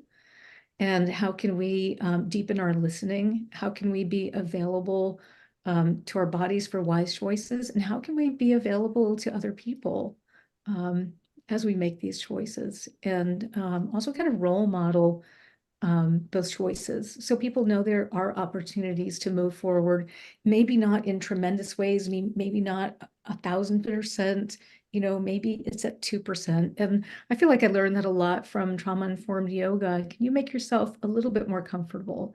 Can you ease into a yoga pose without hurting yourself? And can you bring an awareness to your body so that if it starts hurting, you can kind of back off a little bit. I used to think that a lot of my healthy lifestyle practices were really good for me. And I just remember eating food that I wasn't happy with. That as Jay was saying, it didn't taste good and I didn't like it. I wasn't very happy with it. So how can we bring some peace to our body? And then how can we bring a little bit of beauty in also? It's that hot tomato in the sun. You were talking about rinsing it off in the hose. I'm like, oh yeah, my kids ate the tomatoes with the dirt on, just, if we can be a little bit more tactile and a little bit more sensual with our food choices, then we start shifting messaging. And it's very slow work, and I think it's not an instant fix. And so I think it takes a little bit of patience, and that's where connecting with one another really, really helps. So we can get that mutual support. So we can really work in partnership with the healers who are supporting us through as we do the work. It's not so lonely a process anymore. Yeah. That's great. Thank you so much. That was such a good explanation. And I think of that a lot in terms of like meeting people where they are, right? And so and it's not all or nothing. I think earlier there was a quote or something that, progress over perfection. And so I feel like you just did a really nice job kind of bringing that all together. Thank you. Yeah. I was struck just listening to you and listening to Jaya talking about working with children. And it's such an inspiration, if we can start the messaging really early, about being very happy with our food choices, and allowing even kids to, I wouldn't say educate their peers, but also be role models for them and say, wow, how interesting is that? They're eating red cabbage and crunchy carrots and stuff like that, or that tastes really good, and they brought that and shared that. Then it's just it's a lot more fun, and I think that it's inspiring to see people like you and Jaya who are working with children and starting to shift that messaging very, very early on, because these are habits that we acquire through childhood. We watch the people around us. And also the conversation about the cake and the juice boxes. I mean, I was starting to remember when my kids were little and just all the sugar that was poured in. And I forget that we do have agency, even as kids, to make some choices around that and say, just because everyone is going or everyone's eating that doesn't mean that we have to do that too. And it doesn't mean that we're missing out. It just means that we're making choices around it. I still remember when my older daughter was in a little beautiful music program, which was so sweet. They were just doing the basic introduction to, rhythm and song and stuff. And they did a whole section, I think, on polar bears. And I remember the teacher at 10:30 in the morning brought in orange sherbet. And I remember just kind of scratching my head. I was kind of a new mom, it was my first daughter, but thinking, oh my gosh, is it going to be like this? And it was very challenging. And I did make a request, can we maybe bring in fruit? I even offered to bring in fruit. And so sometimes we can just do that. We can be kind of the mom who brings in the fruit and then everyone gets to kind of crunch on it and stuff. It doesn't make anyone bad. It just gives everyone different options. And I think, from a trauma-informed standpoint, the more options we have, the more choice we have, the more we feel like that we can move forward. I think the better that we feel, both in ourselves and then also interacting with our families and with others. I think that if we start excluding foods and excluding people, then we're doing the opposite of what lifestyle medicine does. Lifestyle medicine is very inclusive. One of the things I remember learning about when we trained was, the impact of food choices on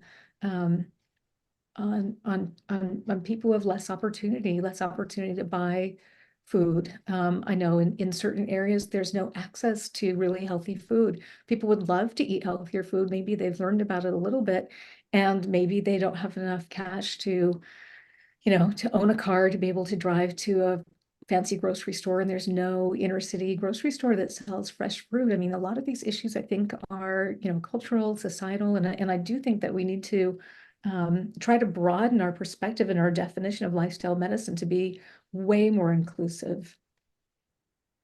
Yeah, so I'm just really curious I and love talk a little bit more about that. I love so much of the way that you shared all of that, Dr. Julia. It was, first of all, there's also a presence and a calming kind of demeanor to your voice. So just listening to you is very comforting. I'm a palliative care physician. So I, when you talk about trauma, I see a lot of that in my seriously ill, often dying population.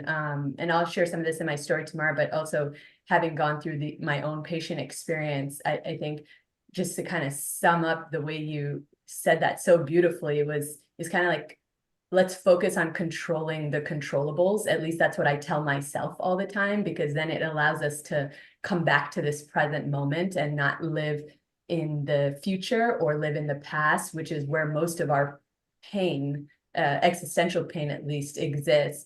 And then number two is, and I remind myself of this as a provider, as a patient, but to my patients, that grace is probably one of the most underappreciated emotions, if you will, that we can experience as human beings, but probably one of the most needed, especially in our society today, where we're always just trying to go for more and have more and be better and, do all the things that everyone else is doing as we see them on social media. And to recognize that grace is so important, because being human is hard. It's really hard.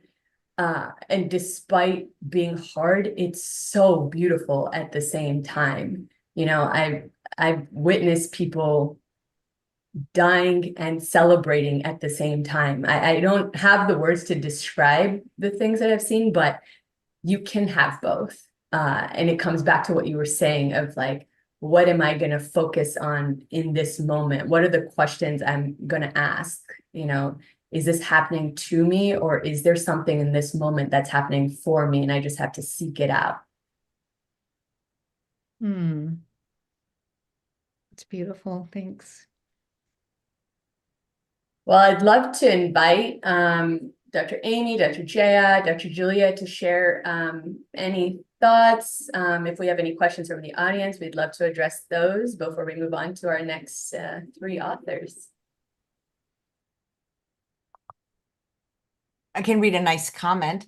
I find the speakers to be incredibly lovely. There's one of energy is one of compassion. I think she was talking about Dr. Huber at that time when it came in. So yeah. Very nice. I'm going to look on Instagram. If there's any questions, please type them in the chat as well. I actually have a question. So there's 33 doctors in this book, 24 are going to be on the show over the next 3 days. Who selected them? And are there more that maybe didn't make it in this book? And will there be a volume 2? And will there be an Audible version? Because some of you guys read just such lovely passages, very nice voices. So it'd be nice to listen to it. I mean, I'm happy to take this question, but if one of you guys wants to take it, go for it. I'll do a little bit of it. So the power of social media, right? So a lot of us had not met in person prior to deciding to embark on this collaboration. And so there was a call out on a social media group that we're in, and you'll, I think, hear from one of the authors who was the editor and the compiler and the ringmaster, I guess, I don't know, herding cats at times for all of us. And without knowing what anyone else was writing about, we all just put our love and our heart and our brains into writing chapters. Went through a little bit of an editing process and were able to publish. There's an accompanying workbook. We're thinking about maybe a cookbook, so stay tuned. And then there will be an Audible version of it as well. Oh, I'll say the synergy among all of us has been incredible without ever having met in real life. And then I've had the pleasure of meeting a number of co-authors in person at our lifestyle medicine conference back in the fall, and it was incredible. It was we're saying very similar things. These are what I call my healthcare people. I noticed it's all female. It is all female, and I will give a shout out to Dr. Shilpi Pradhan, who you guys are going to meet tomorrow. But she really sparked this idea and brought this book to life. Honestly, Chef AJ, just trying to organize this summit for 3 days, what I felt was kind of stressful. She did this book in a year, like navigating and helping 33 doctors in different phases of their life bring this book to life. Like, I don't know how she did it. She's incredible. So we'll meet her tomorrow, and maybe we can ask her to share some of her experience in doing that. I know writing and publishing is one of her passions, and she's also written some other books, so we can talk to her about that. That's great. Yeah, a cookbook, a How Healers Heal cookbook sounds amazing. Yeah, that's coming next. Thank you. All right, so we have our next 3 authors here. So thank you, Dr. Julia, Dr. Amy, Dr. Jaya, for joining us this afternoon. Again, everyone is on the howhealersheal.com Yeah, website. before you let this group go, a question just came in from Anonymous. Of course, Anonymous, it does show your name, but I won't say it. How do you give yourself grace on your journey when things seem to progress so slowly, like weight loss, etc.? I think that's like exactly what I feel like I've talked about a little bit and in my book and what I talk to my my patients about. You know, we already have so much that we bring to ourselves in terms of the criticism, and you know, we want to, it's all or nothing. There's so much we need to do. And then we're getting it from all angles, right? We talked a lot about the fat shaming and, you know, the external forces that are, you know, also making us feel all of these negative things. And, you know, I think one of the pieces that lifestyle medicine sort of brings to me anyway, is that I can give myself grace. It's not just eating all the right things. It's not just moving a certain number of steps every day.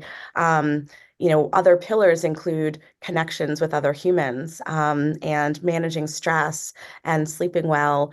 And, you know, it's so being able to take a little bit from any of these pillars at any given time is progress. It is moving forward in the journey, and that it's not going to be, you know, 0 to 100.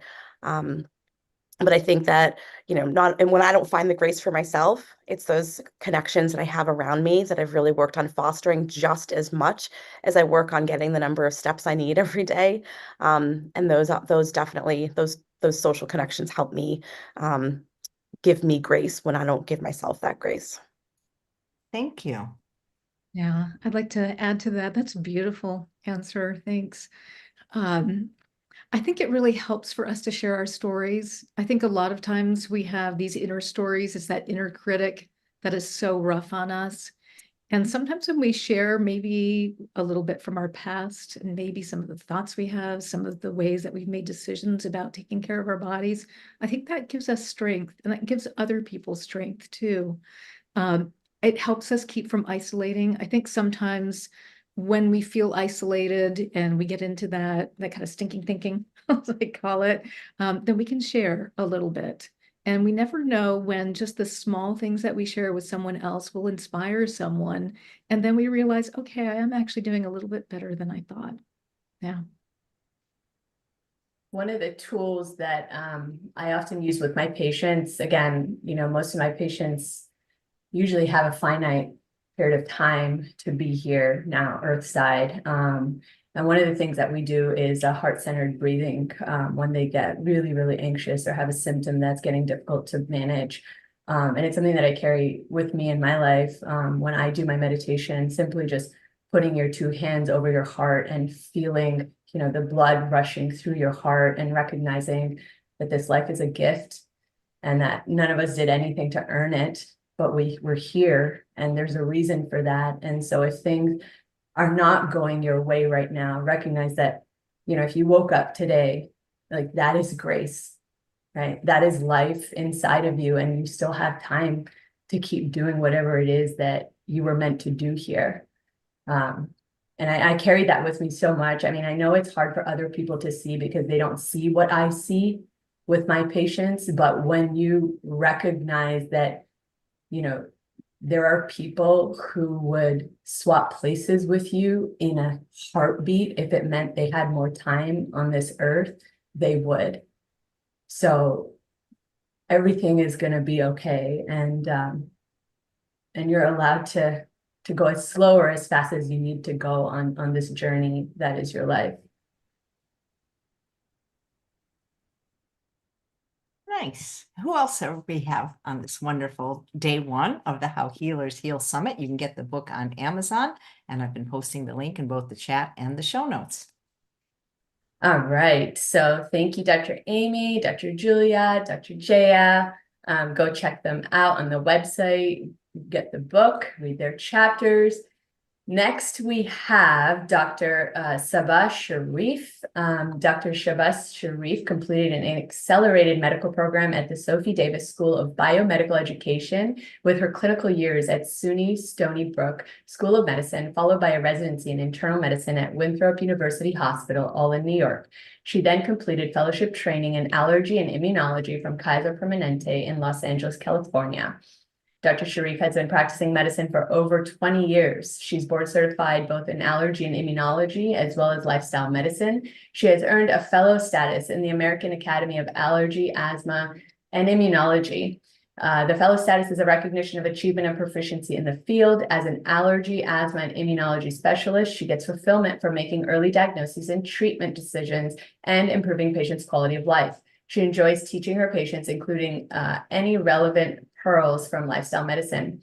She's a lifelong learner and believes in a growth mindset. She enjoys experimenting with cooking, challenging herself to create tasty recipes with natural sugar and minimal fat.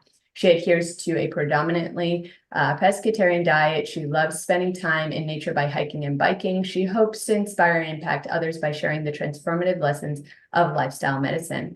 Welcome, Dr. Sharif. Thank you. Thank you for hosting us. I'm going to talk about 3 things in my talk. First, I'm going to share my own personal health journey, and then I'll also share my dad's health journey and his success in his health transformation. And lastly, just talk about having an empowered mindset. So in terms of my journey, I'll start off with an excerpt from my chapter. My chapter is chapter 28, titled Empowered, A Physician's Journey from Parental Health to Personal Health. My caregiving for 2 years had taken a toll on me. I was stressed about my mother and had a sedentary lifestyle during that time, eating at the train station or hospital cafeteria. I had unprecedented weight gain, disrupted sleep, and high blood pressure during those years. I looked in the mirror and didn't recognize the person looking back at me. I could not fit into my clothes anymore. After my mother passed away in 2020, my mental and physical health was at an all-time low. I needed to prioritize myself and turn my health around. One day, Canadian fitness instructor specialist Amina Khan caught my attention online. I started to feel glimmers of joy listening to her cheer on her followers during her YouTube exercises. I was attracted to her infectious, positive energy. I became motivated to do something for myself for the first time in years. I started doing her 5-minute workouts and reduced my portion sizes at dinner. After a month, I built on my momentum and began doing her extended 20-minute workouts and taking brisk walks outdoors. Getting movement and feeling the sun and wind was uplifting. It was better than staying indoors, sad from the loss of my mother. Exercise released positive hormones, also known as endorphin highs, and became an empowering tool for my self-care. Changing my diet and exercise had positive results that gave me a sense of control over my well-being, in contrast to the helplessness I had felt over the slow loss of my mom. I also started following Ms. Khan's nutrition content and reading her healthy eating tips. She shared the dangers of sugar, how it stimulates pleasure centers in our brains and is as addictive as cocaine. I accepted her challenge to eliminate added sugar entirely from my diet for 7 days. What started as 1 week of abstinence from added sugar continued well beyond. Despite my reputable sweet tooth, I no longer had an appetite for something so harmful to my body. I set my birthday as the target date to reach my weight goal, and it gave me something positive to focus on. The pounds kept shedding as I tallied my daily calories and tracked my daily weight. I lost 20 pounds over 2.5 months. The intentional weight loss and clean living empowered me at a time when grief would have otherwise consumed me. So from there, I caught myself in a positive loop as I started on this health journey with just those baby steps, 5 minutes of exercise and no added sugar. I started losing the weight and feeling more energetic and just feeling good. And that kept me going, wanting to find more healthy behaviors to keep me in this positive loop. And that led me to learn about lifestyle medicine. Coincidentally, a couple of my friends were studying for the lifestyle medicine boards at the same time when I'd already started on my health journey. Two of them are co-authors in this book. And, I was very intrigued. I was intrigued by lifestyle medicine and the fact that the majority of the chronic illnesses that people go to their primary care doctor for are actually, associated with lifestyle, and that changing lifestyle behavior can actually prevent, treat, or even in some cases reverse some of these chronic medical conditions. So that was really fascinating. And I dove right in and became certified myself. I learned some really interesting facts that shaped my health journey and motivated me. I included a lot of these facts in my chapter. I have little boxes in there, titled, "Did you know this about processed food? Did you know this about cholesterol? Did you know this about exercise?" So you can read the chapter for more facts and evidence-based studies, but I'm just going to share just two about diet and two about exercise that I thought were very eye-opening. So one was in terms of cholesterol. For me, I have a strong family history of heart disease, and I'm going to talk about my dad's health journey next, but I was very interested in reducing my risk of heart disease. So I learned that there's certain levels to bring your cholesterol down, your total cholesterol and bad cholesterol, below which there is no plaque deposition in the arteries. And that number was much lower than what the lab standards tell us are what is considered normal.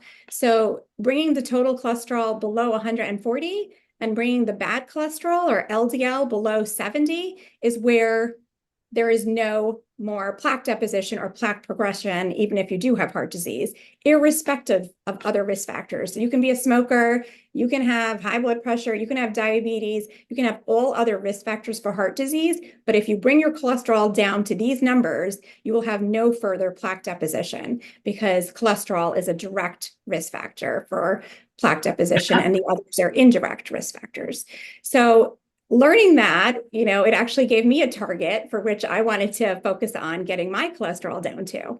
A second factoid that I can share with you is learning the risk of cancer associated with meat. So, for example, processed meat, such as bologna and ham and bacon, are considered carcinogens or promoting cancer. Also, red meat is, lamb, pork, beef, all of those are potential carcinogens or possibly causing cancer. So that was eye-opening for me as well. Two more factoids I want to share with you about exercise. I learned that just standing for 2 hours a day instead of sitting actually reduces mortality or the risk of death by 10%. Also, 150 minutes of moderate intensity exercise weekly reduces the risk of death from all causes. And that's just 30 minutes, 5 days a week of, brisk walking, biking, jogging, swimming, any aerobic. And moderate intensity exercise is defined as the ability to talk but not sing. And I thought that was pretty humorous, because I don't know a lot of people who test out their vocals while they're exercising. But if you want to know you got the right intensity, just try to hold a tune, I guess. And last, in terms of, well, those would be four. I'll limit it to that because there's much more to read. But taking all of those factoids, it actually motivated me significantly. I wanted to reduce my cholesterol, to reduce my risk of heart disease, and I aimed for those numbers that I mentioned. And I, cut out meat. I reduced eggs, which I had been having daily before. I changed the dairy intake to fat-free. So I made a huge change in my diet. I was exercising, extended my exercises to walking outdoors, getting in nature. So that I lost, just focusing on the cholesterol, in addition to already losing weight from reducing my portion sizes and cutting out sugar, I lost another 10 pounds. So it was a total of 30 pounds that I lost in 3 months. And I also achieved my target LDL cholesterol, which is the bad cholesterol. It went from technically normal in the 90s, but I went to the ideal numbers in the 60s within that 3-month span. So it was really gratifying to know that, you know, if I just really set my mind to my certain goals, I can actually achieve them. It's just focusing on my self-care. And I saw being healthy as my self-care. So now we'll move on to my dad's health journey. So my dad has severe heart disease. He had no known risk factors for heart disease besides having a family history. And just one day years ago, he was shoveling snow and had chest pain, went to the emergency room. He was required to have an immediate triple bypass, left the hospital. A few months later, he was visiting me out of state, chest pain, went to the ER. His grafts that they had just done the bypass on had failed. They had closed. He needed to be stented, which is putting metal stents to open up the blockages in the arteries. So he needed that throughout the native or the original arteries that had been blocked because the grafts had failed. So he had multiple procedures like this over the years where he needed to have so many metal stents to open up his arteries. So it's pretty severe, to say, you know, the least. So the last time he had the surgery, the cardiologist told him that if he had another episode of chest pain or if he had a heart attack, nothing else could be done, at least surgically. So that statement was very scary and stressful for him, for our family. This comment that nothing else could be done was weighing on us like a dark cloud. And at that time, you know, in my medical career, there was no nutritional training in med school or in my residency. So I didn't know much to be able to counter that fear and that stress that was weighing on my entire family. And then fast forward to now, you know, when I learned lifestyle medicine, it was like all these light bulbs were going off. Like, actually, there is something that we can do to reduce the risk of heart attack. And it's more at the preventative level, but also there are, you know, these diet changes that we can make are actually potentially reversing heart disease. So even though he has significant narrowing of his arteries, if we can lessen that narrowing, that is considered some degree of reversibility. So I was really hopeful. And I took a lot of stock in the studies that I was reading by these well-known physicians who had said it's potentially reversible. I got my dad on board. We were feeling really optimistic, and my dad's really into smoothies. So he started making his own smoothies with fruits and veggies in there.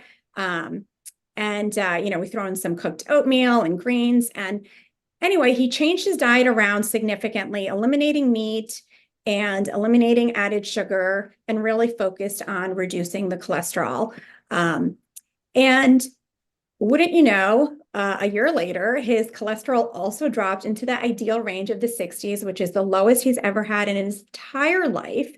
And also his exercise stress test became normal for the first time since his surgery, which had been more than a decade prior.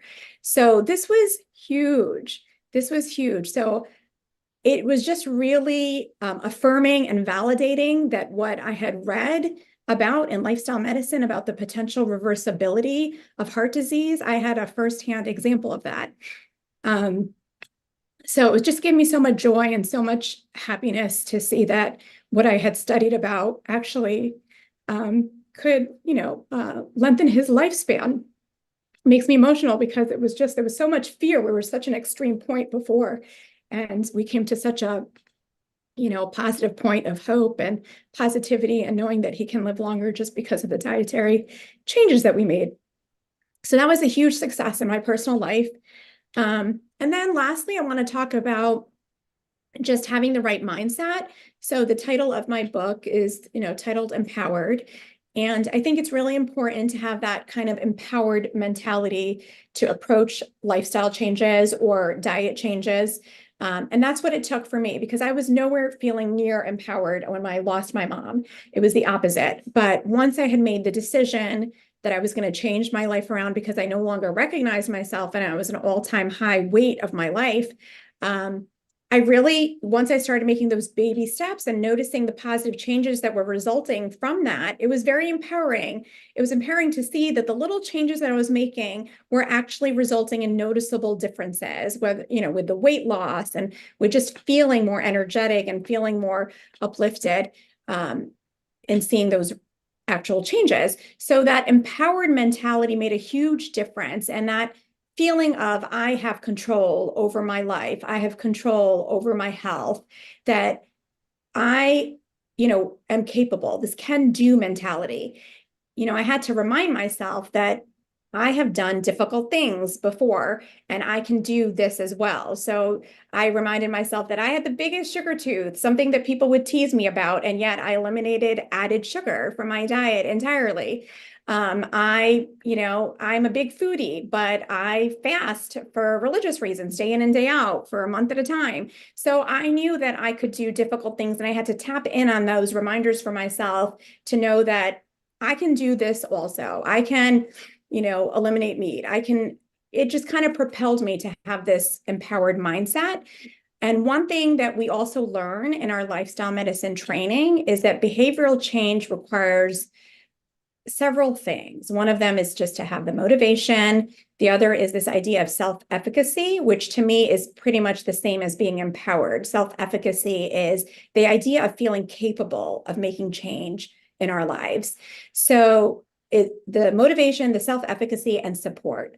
It's really important to have support, whether it's your family, your friends, or buddy, just other people who are on this journey with you or supporting you so that they can celebrate your wins and actually help you get back up if you're falling off the wagon, so to speak, because, we're human and things come up, stressors come up in our lives and we might fall off of our health trajectory, but having that support is really helpful to get back on track.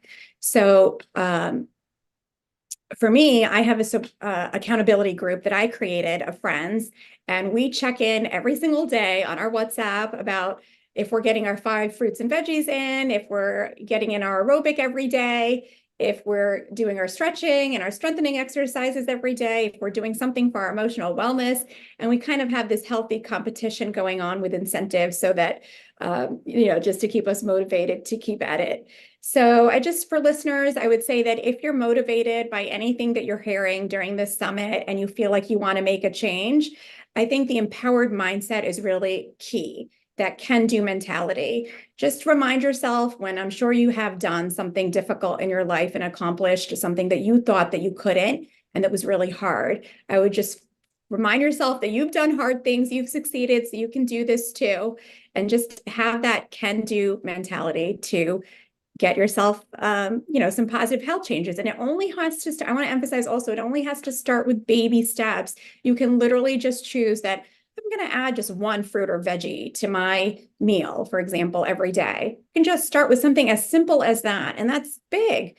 Or just 5 minutes of exercise a day. These are all baby steps that are very achievable. And once you achieve that, it's very empowering and you'll just want to keep going. Thank you for your listening. Thank you so much. I'm curious if you could tell us where you practice, what type of practice you have, if you see people in person and virtual. Sure. I'm an allergist and I work in upstate New York in Poughkeepsie, New York. So my focus is on allergy, asthma, and immunology, but lifestyle medicine topics come up routinely because we have asthmatics who are overweight and we have to work on that. And people talk to us all the time about their other problems, even though I'm a specialist, that they'll talk to me about their high cholesterol or their high blood pressure. So I incorporate lifestyle medicine into my practice. Thank you so much. I liked in your chapter, you started off with a Jim Rohn quote, and he's my absolute favorite person. Nice. Thank you. Thank you. Thanks, Dr. Sabah. That was beautiful. I think the one thing that from your whole, well, 2 things from your whole talk that you just shared was that as physicians, sometimes we think of ourselves as like free, like, we're never going to get sick. But once you actually become the patient or a family member becomes the patient, and you have a transformation through something like lifestyle medicine, you see what is possible. It makes you such a better physician because you can bring that now with so much more passion into what you do for your patients. At least that was my personal experience. And then the last piece that you were talking about with empowerment, that was so powerful, because it's like we especially at the beginning of the year, like everyone has like all these goals, like I'm going to eat healthy, I'm going to go to the gym every day, I'm going to meditate every day, I'm going to do all the things every day. And then, like you said, life happens and all those goals go, through the door. And so this idea of like, if all your goals, if you were to think of them like a staircase, instead of thinking about the whole staircase, what's the first step that you have to take? And once you get past that step, then add on to that and walk on to the next step and the next step. And before you know it, you'll be at the end of that staircase. So even if we tried to improve by 1% every single day, imagine where you'd be at the end of the year, at the end of 5 or 10 years. We what is it? We underestimate what we can do in a year. No, we overestimate what we can do in a year, but underestimate what we can do in 5 or 10 years. So much is possible. Absolutely. I so agree with what you just said, Simran, because it literally starts with just the one step.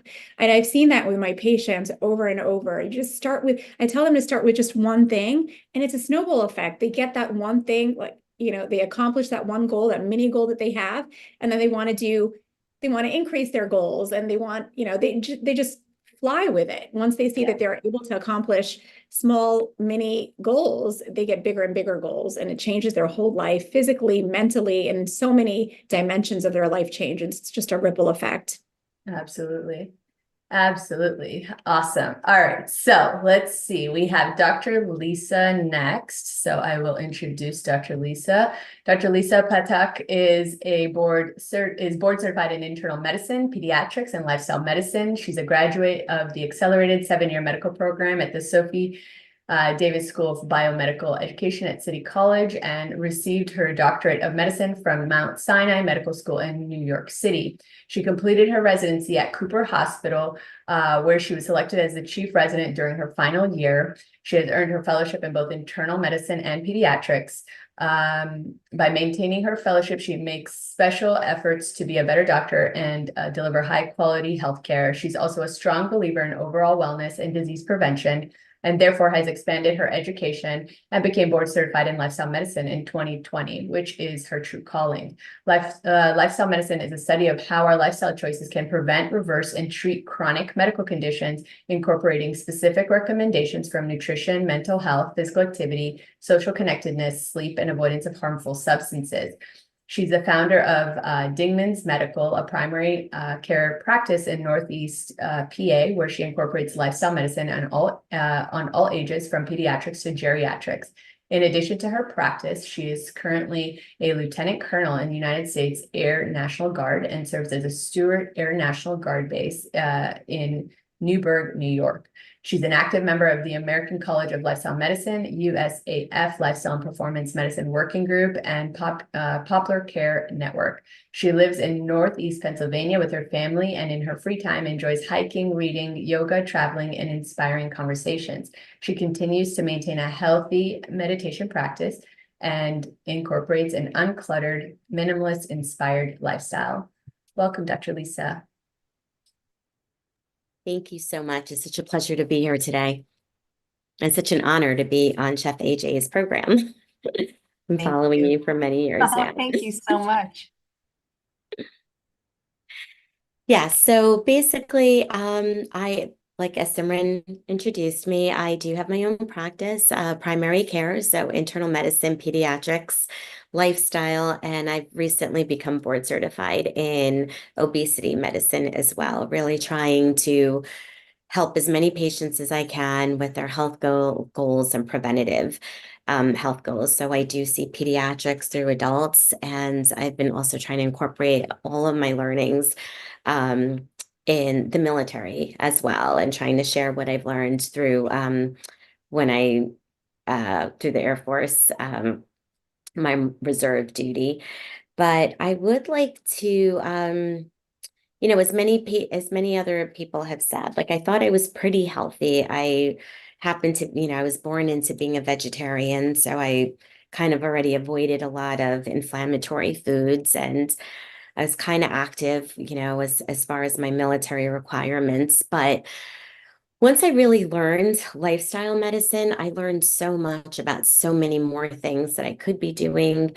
It just really opened up my eyes and really opened up my eyes to really know what is true health, and so many things that I didn't really realize, and really fine-tuning what I was doing.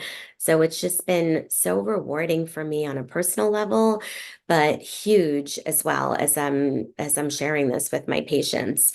So I think I'm going to start with a couple of excerpts from my chapter and then kind of go from there. But I'm going to start with, well, just like with everything that we learn, we wish we learned many years ago. So the same with lifestyle. My only regret was I wish I had learned these things 20 years earlier. I was most surprised by the evidence that the quality of your social connections determines longevity, as it was proven by the famous Harvard study from 1938. It really opened up my eyes to how relationships had also taken a back burner. I always plan to call or get together with loved ones after completing certain tasks, almost like a reward. However, since the tasks didn't get completed, I would never get around to calling. All along, I thought of catch-up time as a luxury, not a necessity. After learning the evidence about the importance of social connections, I prioritized my most important relationships as a necessity for my health and devote the required effort to it with eagerness. The results have been far-reaching as they contagiously inspired others to do the same. After becoming board certified in lifestyle medicine, I decided to put it to the test. I started by asking my patients for more detailed information on nutrition, physical activity, water intake, sleep, and the status of their social connections and loneliness. I began offering them one or two action items that they could work on with each visit. To my surprise, this exchange was exactly what patients were looking for. They all wanted to know what they could or should be doing. They wanted to get off medications or at least decrease some of them. Most importantly, they wanted to feel vibrant and healthy again. I was shocked by the results I was getting. Day after day, patient after patient, I was amazed and encouraged by the transformations I was seeing. For example, a patient with chronic kidney disease that I had been following for years stopped eating meat, increased his fruits and vegetables and water intake, and started exercising again. He came back 3 months later with normal kidney function without any other therapeutic intervention. Another significant case that stands out is a 60-year-old female's follow-up after she was hospitalized due to a suicide attempt. After one interaction with me, she left fully transformed. Whereas with this type of visit, I would have normally discussed talk therapy, medication, side effects, and possibly a psychiatry referral, I decided to use a lifestyle medicine approach to the appointment. After 40 minutes of asking lifestyle medicine related questions and using some motivational interviewing techniques, she decided to start making green smoothies in the morning, return to water aerobics and crocheting, activities which brought her joy. She also decided to call her friends from church who she used to lunch with pre-COVID and convince them to restart their get-togethers. She left the office smiling and invigorated with a new zest for life. I couldn't believe the impact. I don't ever remember making such a profound impact on a depressed patient in such a short time in my entire career. At that point, I knew I was onto something, and this was going to be my path. And that last example that I just read from, I remember I actually had a scribe at the time, and we both walked out of that room looking at each other, and she just said to me, like, what just happened? Like, I can't, like, what just happened in that room? Like, it was just so unusual and so shocking to see, like, how we're actually like using the tools of that we've learned in our training, and how like the severe impact that it had in just one in one sit down, in one setting, like when you really truly inspire people, like people have mentioned, to take agency and that they have control and that they can like they can make changes and really come up with things on their own instead of you telling them you should do this or you should do that. Like she was the one who came up with that she wanted to start crocheting again and she loved water aerobics and kind of came up with things that she really enjoyed and loved. And she started feeling that spark like, yeah, why don't, we should get together. I miss my, church friends. And it was just so transformational. And then I just really realized the impact of like how getting with the right mindset and the right coach and the right physician to really steer you in a way to really take control. So since then, I've had multiple other examples, but that one will always really stay in my mindset because it was just so powerful.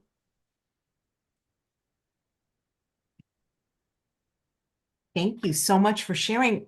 Can you tell us where you practice? Do you have social media handles? Everyone, please remember throughout this summit to tell us a little bit of promote yourself. You need to. Yes.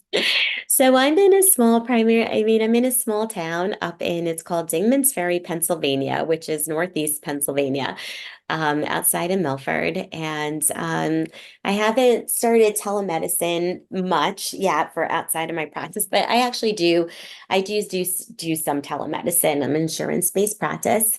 And yeah, I see all ages from pediatrics to adults. Wow. Well, I just want to remind people, if you get this book, it's really cool. There's a QR code for each speaker. It'll take you to more information and to videos. And one of the things I read in your chapter is you maintain a daily meditation practice. How long have you been doing that? I have tried for years and it just makes me more anxious to sit there and meditate. So tell us a little bit about that and how one develops one. And are there alternative ways to get the benefits of meditation for people that just can't sit still? Oh, absolutely. So that's where it kind of all started for me was my meditation practice. When I was feeling a little anxious or just unfulfilled in certain areas and trying to find that contentment. So everywhere you read and everything you did, it kind of went back to meditation. So I had started, it took me years to actually build it and to really be like, can say that I actually do meditate. It took me many years to get into that like flow state. But what really helped me was just some of the apps that are out there. So I used Calm. I started with that. It was just 10 minutes a day. It was very doable. It was guided. So I started with that, and they have a nice where you can kind of see your streak. So that was motivating because I didn't want to break the streak. And so I kind of kept up with it every single day for the 10 minutes. And so that's where I started. But then I started getting deeper into it and kind of I started feeling like the calmness. I started seeing that I'm like less reactive because that was my big issue, was that I felt like I was being really reactive with especially my children and at home. And I just wanted to find that kind of calmness and really live like that peaceful lifestyle that I was looking for. And also like kind of control my mind versus letting, your mind control your thoughts, like trying to control my thoughts instead of letting them control me was one of my big goals, and trying to calm down that monkey mind that we all have. And so I did find that very therapeutic, and it really started helping me. I started becoming, and that's what they say, the meditation really, you don't really realize the benefits while you're on the mat doing it. It's more in your life. And that's what I started seeing, that I started getting much less reactive, calmer, more intentional with my speech. And so that just continued to escalate and kind of, um, rub off in me wanting to even do more and delve more into it. So then since then, I started doing some Vedanta meditation and other forms of meditation.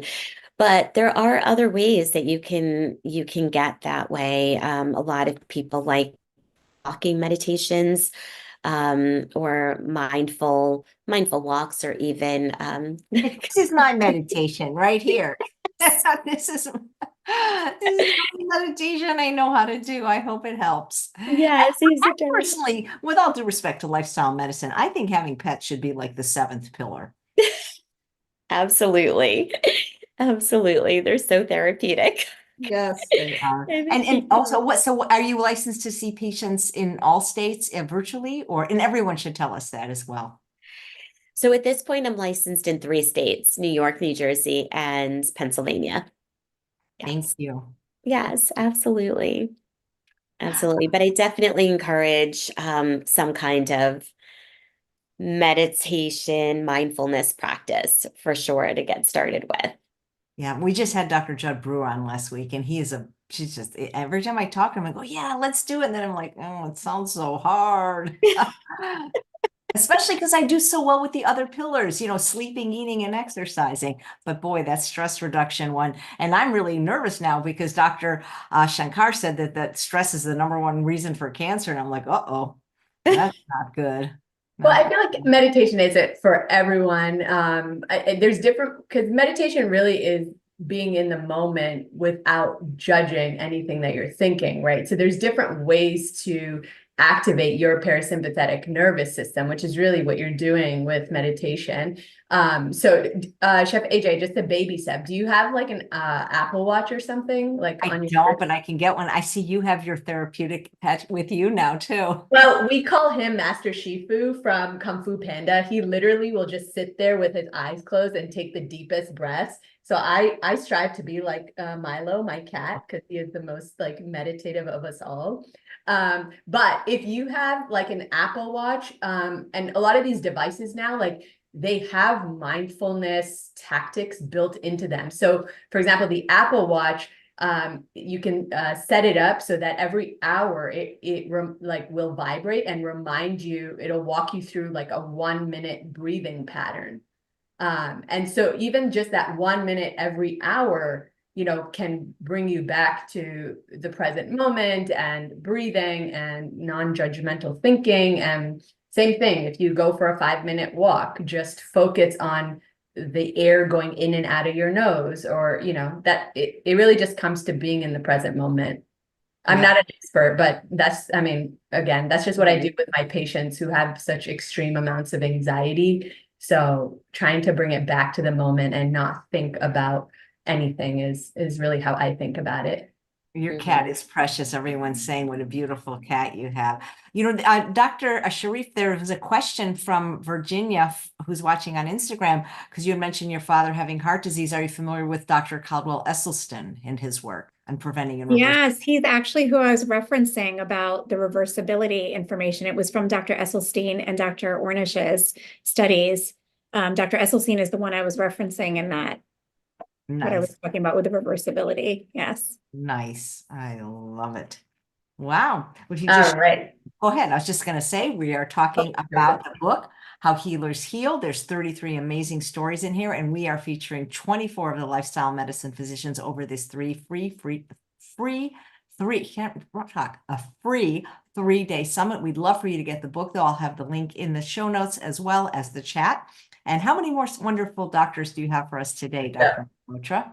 We have one more for today, and I will introduce Dr. Erin Mayfield. She is board certified in lifestyle medicine and OBGYN. She is a Harvard chef coach. She is the founder and CEO of Lifestyle Medicine Wellness and Recovery, an interactive group coaching practice offering personalized lifestyle interventions and culinary medicine classes on a web-based platform. She has over 40 years of experience taking care of patients. Her passion has always been helping people improve their health and resilience using the 6 pillars of health.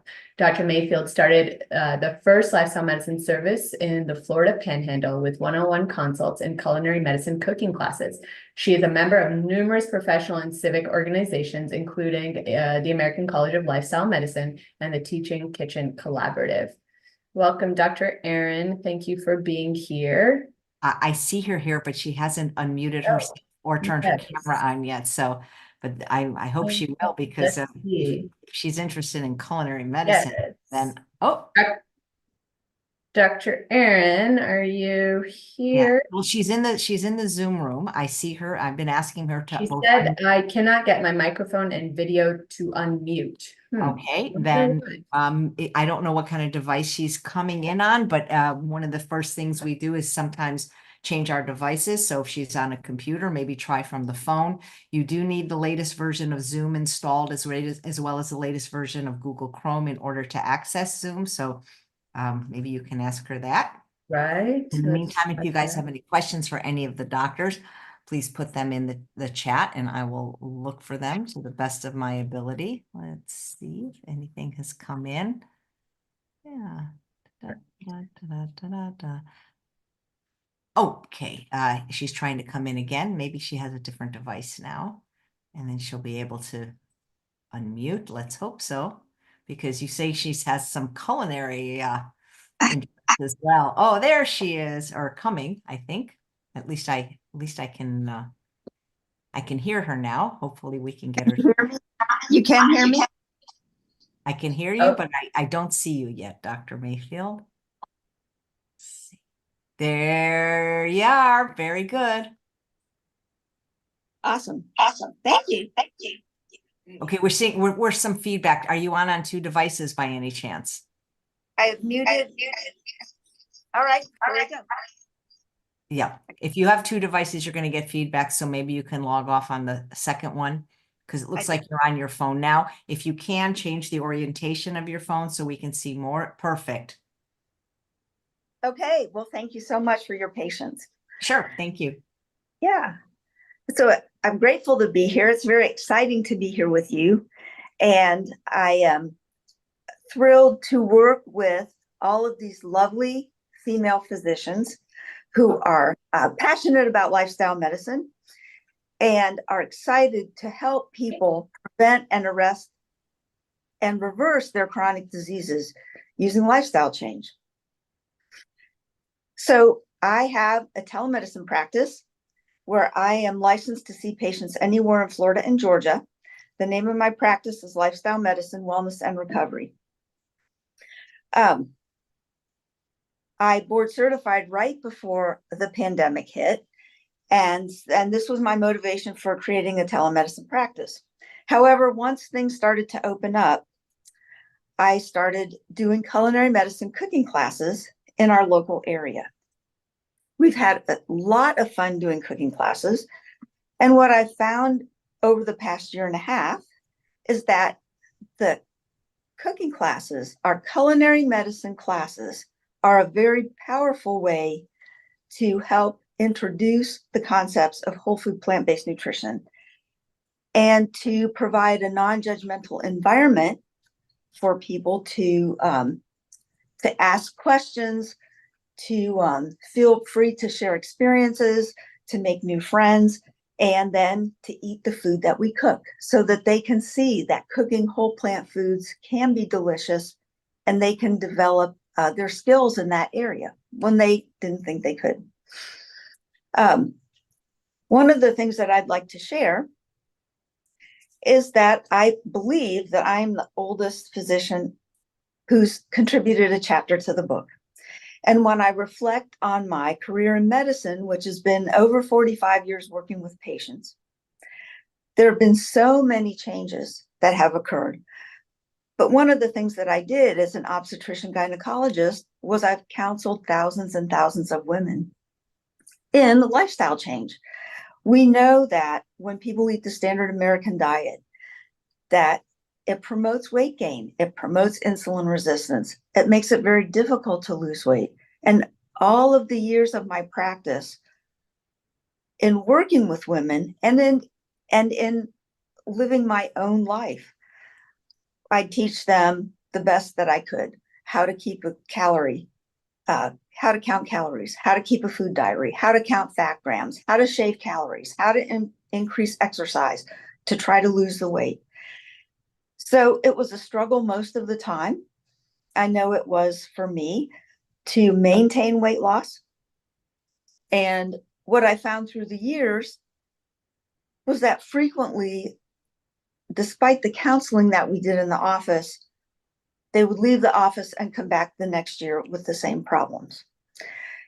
And it was very difficult for me. It really broke my heart to see women struggle with these issues.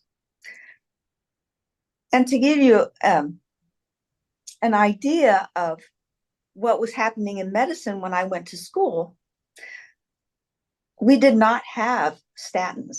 There was no Lipitor. Lipitor came on the scene in 1986 when I was in my residency. We didn't have nitro patches. We used to make nitroglycerin paste from the pharmacy, put it on a piece of saran wrap and tape it to people's chests. When I was doing my student rotations in internal medicine in the office, that's when we drew blood in the physician's office. We'd run it back to the lab, we'd spin it down, and my attending would run out with test tubes full of blood. And he would say, this is what elevated cholesterol and triglycerides looks like. And you could see the fat particles in the bloodstream would rise to the top and literally look like lard. And it was scary, but there wasn't anything we could do about it. You just had to live with it, and whatever would happen would happen. That was your fate. When Lipitor came on the scene, we were thrilled because we thought that this was the end to cardiovascular disease, that people would no longer have strokes or heart attacks, that they would live long and happy lives. And now, decades later, we see that that's not the case. We know now that despite the fact that we've got these life-saving drugs, they may prolong life, but none of these prescription medications can restore health. But we've got lifestyle medicine that can. So we know medications cannot restore health.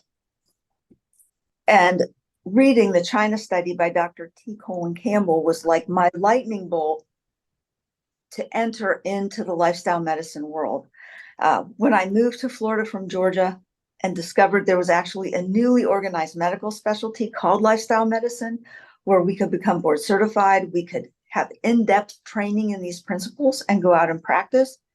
It was so exciting to know that now I had tools to truly help people change their lives and change them forever, change them for good. The focus that we have in lifestyle medicine on teaching whole food plant-based nutrition really focuses on the nutrition. We know that it's not calorie heavy. We know that it's fiber heavy and volume heavy. We know that it's very satisfying. We know that we need the plants to foster the growth of the healthy bacteria.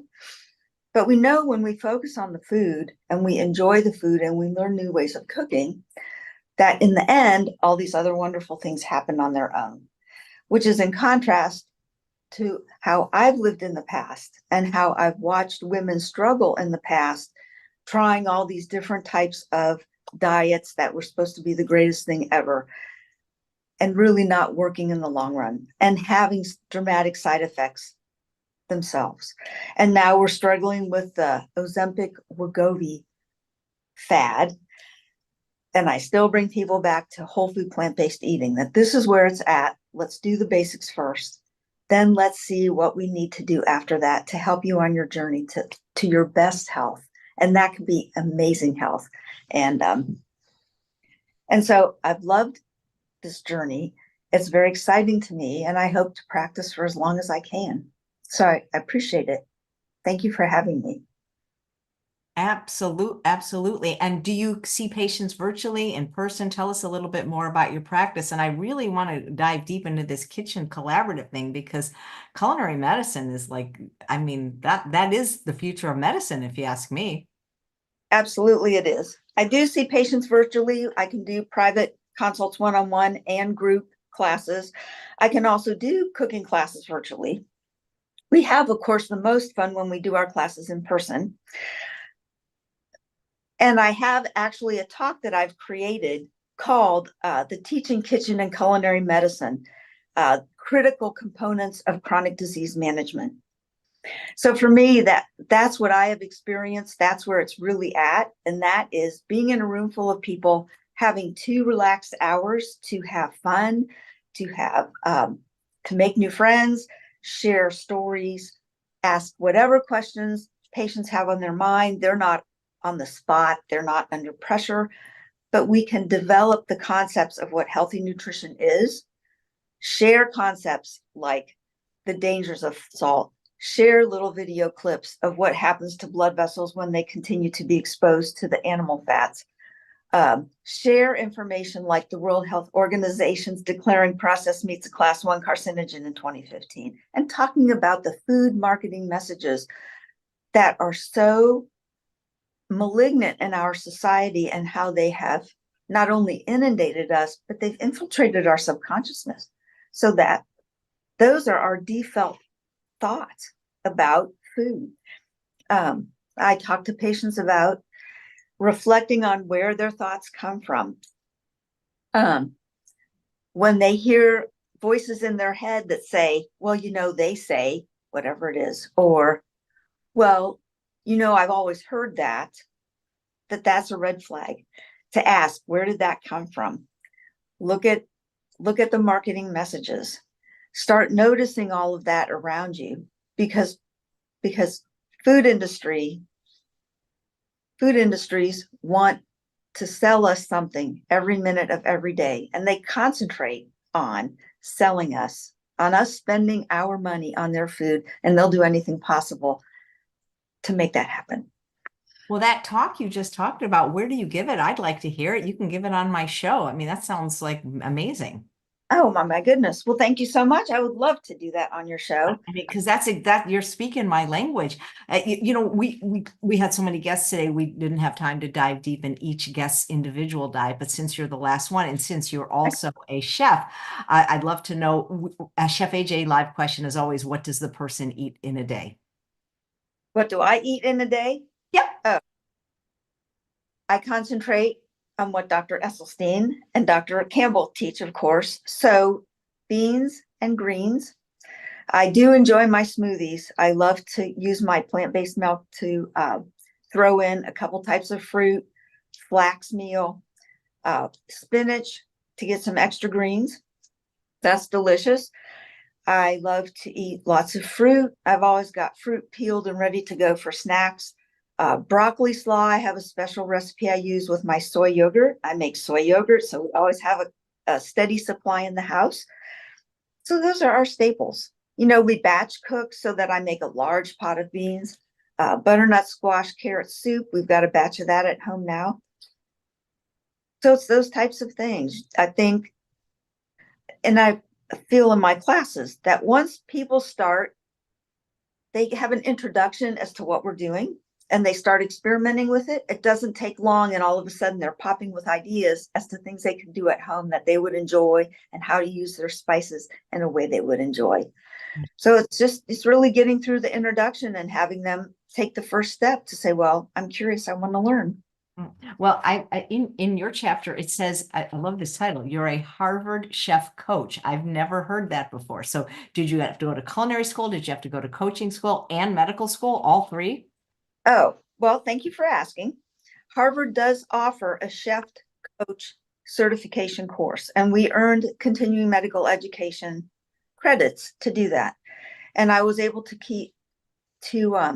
complete both segments in one summer. But it's available to anyone. I'm not an official chef. I'm not a certified chef, but I am a certified chef coach. That is very, very cool. You're not going to believe who's watching, and I believe she's on tomorrow, Dr. Pradhan, I hope I pronounced it right. And she's mentioning, because people are asking when the Audible version will be out, because that's the one I want to get for sure, and people will listen. And she's saying hopefully by the end of February. And yes, there's always a replay. The replay is available really immediately right now on YouTube. So do you know Dr. Walt Willett at Harvard? I have not met him, no. I know of him, but I've not met him. Yeah, that's cool. Very cool. The Harvard Chef's Culinary Coaching Program is actually a lot of fun. So I'm also a Chef's Culinary Coach certified. And essentially it's like health and wellness coaching, but in the kitchen. So you're really coaching people on how to cook. And it's actually, it's a lot of fun. Is this only open to medical doctors? Because that sounds like a fun class to me, or a fun program. I don't think so. Actually, I think when I did it, I think there was non-physicians there as well. So you should look into it. There's like a basic chef's course, and then there's beyond the basics. That sounds really great. But And they usually do it with, because Harvard puts on this lifestyle medicine conference every year. I think it's around May or June, and they usually do this course at the same time. And I did it virtually when if I recall. oh, that is very cool. Wouldn't that be cool if that was like, you know how like I'm sure like to get into medical school, you have to take like organic chemistry and all this stuff. Wouldn't it be cool if you also had to take like a chef course too, just as a prerequisite? Well, As- I was going to say the American College of Lifestyle Medicine actually has a culinary medicine curriculum now that residencies can use. I know, so I work at MedStar Health in Maryland, and the Georgetown medical students, they actually have a culinary medicine curriculum. I helped to provide some content for that recently that's coming up. So I think the needle is moving when it comes to medical and residency education for lifestyle and culinary medicine. So I think the future is very bright. Yeah. You know, one of the things when we were talking earlier about, you know, obesity or whatever term we're supposed to use now, how do all of you guys feel about all of these drugs now that people are on, like Ozempic and Wegovy? Because it doesn't seem to be solving the problem. They have to take it forever. They may get results, but it seems like they're also making themselves sick in the process, spending a lot of money and not dealing with the root cause of the problem. Yes. So one of the things that I like to emphasize in my classes is that as long as patients eat inflammatory foods, they will continue to have the inflammation in their blood vessels and develop the atherosclerotic plaque and be at risk for developing that 80% of chronic diseases that we hear about. So that goes back to using drugs to attempt to restore health, but they never restore health. And the damage will continue even if we use medication, as long as we're eating the inflammatory foods, the animal proteins. Yeah. Yeah. Well, thank you I love the way you phrase it, because people are just looking at the problem as just weight. Mm-hmm.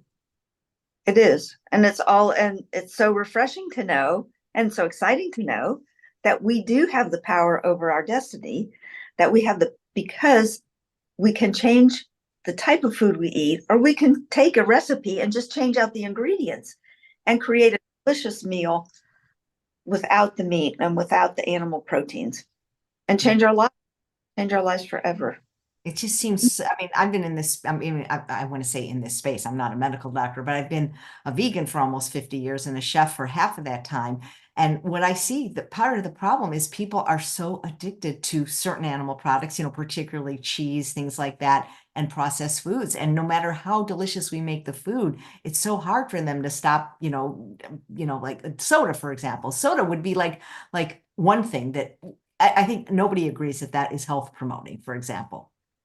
Yes. I tell patients it's chemical water. I say, just, hear the words in your head. When you go to pop that can, you're just drinking chemicals. That's it. Yeah. I mean, I'm not judging people because I know how hard it is. I used to weigh, almost 200 pounds, and I drink soda every day. I mean, I think the Dr. Pepper was my favorite doctor until I was 43 years old. But it just seems like this, whatever you want to call it, food addiction or whatever, it's so insidious now and it's almost like everybody's looking somewhere else for a solution. It is. It's painful to watch, but that's why it's so much fun to do the culinary medicine cooking classes, because we can discuss all of this at our leisure during the class. And we have 2 hours to share ideas and to ask questions. And I think it really makes an impression. One class can be a tremendous asset. It's interesting because I recently moved to Northern California from Southern California, and I used to teach, hands-on and demonstrational cooking classes. There was a plethora of culinary schools, and there just aren't any here. So there's an elementary school that just opened up literally a block from my house. So I figured, you know what, I'm going to go volunteer. Well, getting a volunteer job is harder than getting a real job, especially for children, because I had to get TB tests, I had to get fingerprinted. But anyway, I got approved. And so I went in there, they go, well, okay, which grade is your kid in? And I'm like, well, I don't have any kids. And they're like, well, well, who do you know? And I'm like, well, my next door neighbor goes here. They go, well, what do you go? What do you want to do? And I'm like, well, I have a dog. She's a therapy dog. And I started a reading program in Southern California. The kids could read to her. And I go, I'm also a chef. Maybe I could teach cooking classes. Anyway, the principal was like really interested in both those ideas. And I'm really excited to get started with K through 6 because, there's still hope for them. In other words, the thing is, this is the first time I've lived where like there's children in my life. And so Halloween came and I was like, oh my God, what am I going to do? Do I turn the lights off? Because I didn't want to participate. I didn't want to participate in that. So what I did is I found something at Costco called That's It bars. I actually eat them occasionally. I don't eat a lot of dried fruit, but when I travel, and it's 2 ingredients, apple plus mango, banana. And I gave those out, but it's when you see what these people are giving out, and it's like, I feel like that holiday should be like gotten rid of already and made illegal because, and I understand what Dr. Malhotra was saying, well, want the kids to be normal, when they go to a party, and I respect that, but the food that kids are eating, that is not normal. That is not food. And here I am with no kids, like shouting this, and it feels like nobody is listening. Yes, it can be very frustrating, but people really are listening. They love to hear that. There is one article I love to refer patients to, and it's a Newsweek article from December 2021. It was the cover issue that it's called Toxic Food, and they did an excellent job documenting the food industry and the chemicals. Yeah. And I also just wanted to add on really quick about the obesity and the obesity med. So I just recently certified in obesity medicine as well. And the first pillar that they teach is lifestyle modifications, but that's it. It's like a one-word line. They don't get into it. They don't really recommend a particular diet. They don't really say exactly, besides just a generic, you should exercise. And I think that just makes it very difficult for patients. And so I'm so glad that I learned the lifestyle component first, because that really is the foundation of everything. But I just feel that physicians, the public, are just not really trained on really what that means, like specifics, unless you've actually had the training for lifestyle medicine. So, I mean, they always do push that as the pillar and the foundation, but without really getting into specifics. And they go right into the medications right after that, because, that's what physicians do, I guess. So, like, I'm sorry. Dr. Lisa, one of the things that worries me, and I'm not an obesity medicine expert, and I'm not an expert in these medications, just from what I've been reading and learning, like medications like Ozempic, or any medication for that matter, comes with side effects and risk of complications. But one of the things that I worry about with these medications, especially long-term, is what they're seeing with the risk of lean muscle mass. And what I can tell you as a palliative care physician, the number one predictor of prognosis when it comes to any outcome to any chronic illness you may have, whether it's cancer, heart disease, kidney disease, in terms of your ability to tolerate aggressive treatments down the road, is your functional status. So, your ability to move around, your muscle mass, all of that is so important to preserve as we get older. Otherwise, we are at risk of living actually how most people in this country are living in the last 10 to 15 years of their life, which is very deconditioned and very debilitated.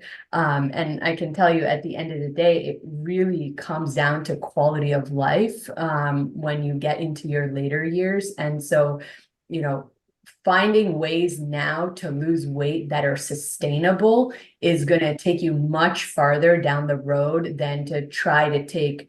And again, there's probably a role for medications in very specific scenarios and patients, and you would know that as an obesity expert, but I just think that we need to continue to educate the way we have been about what's the sustainable way to lose weight over time, so that we can preserve muscle mass, so that we can give ourselves the best chance down the road at having a functional life when we get older. 100%. I mean, I 100% agree with that. Yeah, and do they even know what the side effects are long term? Because I remember when I was in my 30s, that was like 35 years ago, I took fen-phen and it worked great. but I had to keep taking it. And then I get a letter from the FDA saying a lot of people have a hole in their heart now. Go get an echocardiogram. So just because it's working for people today, I mean, how can it only works if they stay on it? But how can you stay on a medicine like that forever? Right. And that's the other issue that we're running into is insurances aren't going to pay for it forever because it does work and they do lose the weight and their BMI gets normalized. And so now it's no longer covered.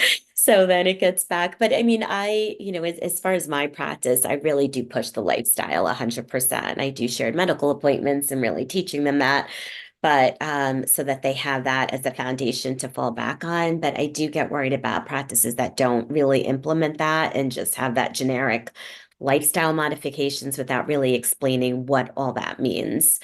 100%. It's Right. very tricky for Thank you. sure. And Dr. Mayfield, you can actually show them how to make the food, right? There you go. We can do it. Yeah. What's the most popular recipe or types of recipes you teach in your classes? Oh my goodness. Well, I love to do 3-bean chili, the butternut carrot squash soup. We have a tofu basil ricotta that people enjoy, and we use that when we make lasagna. We've used jackfruit to make jackfruit tacos and jackfruit sloppy joe sandwiches. That's a big hit. And our salad. That So sounds wonderful. I'd love to hear more about that program. Well, ladies, doctors, you've all been wonderful. This has been a great day. I just thought, oh my God, it's going to be 3 hours. It just flew by. And we're going to be doing this 2 more days, day 2 and day 3 coming up of the How Healers Heal Summit. And back to my co-host, Dr. Simran Malhotra. Well, I have so much gratitude for all our co-authors today. We learned so much. Dr. Shankar started us off by talking about all the pillars of lifestyle medicine and why they're important. Then Dr. Shimek talked about the importance of burnout and self-awareness, and that being the first step to making changes. She talked about this concept of gratitude and really focusing on what's going well. Then Dr. Jaya talked to us all about kids and how to get them to start eating healthier and setting good examples as parents. Dr. Patel really talked to us about, our why and how that drives the how. So what does it mean to live well? Dr. Huber gave us just this beautiful presence of hers. She talked about how to thoughtfully navigate trauma.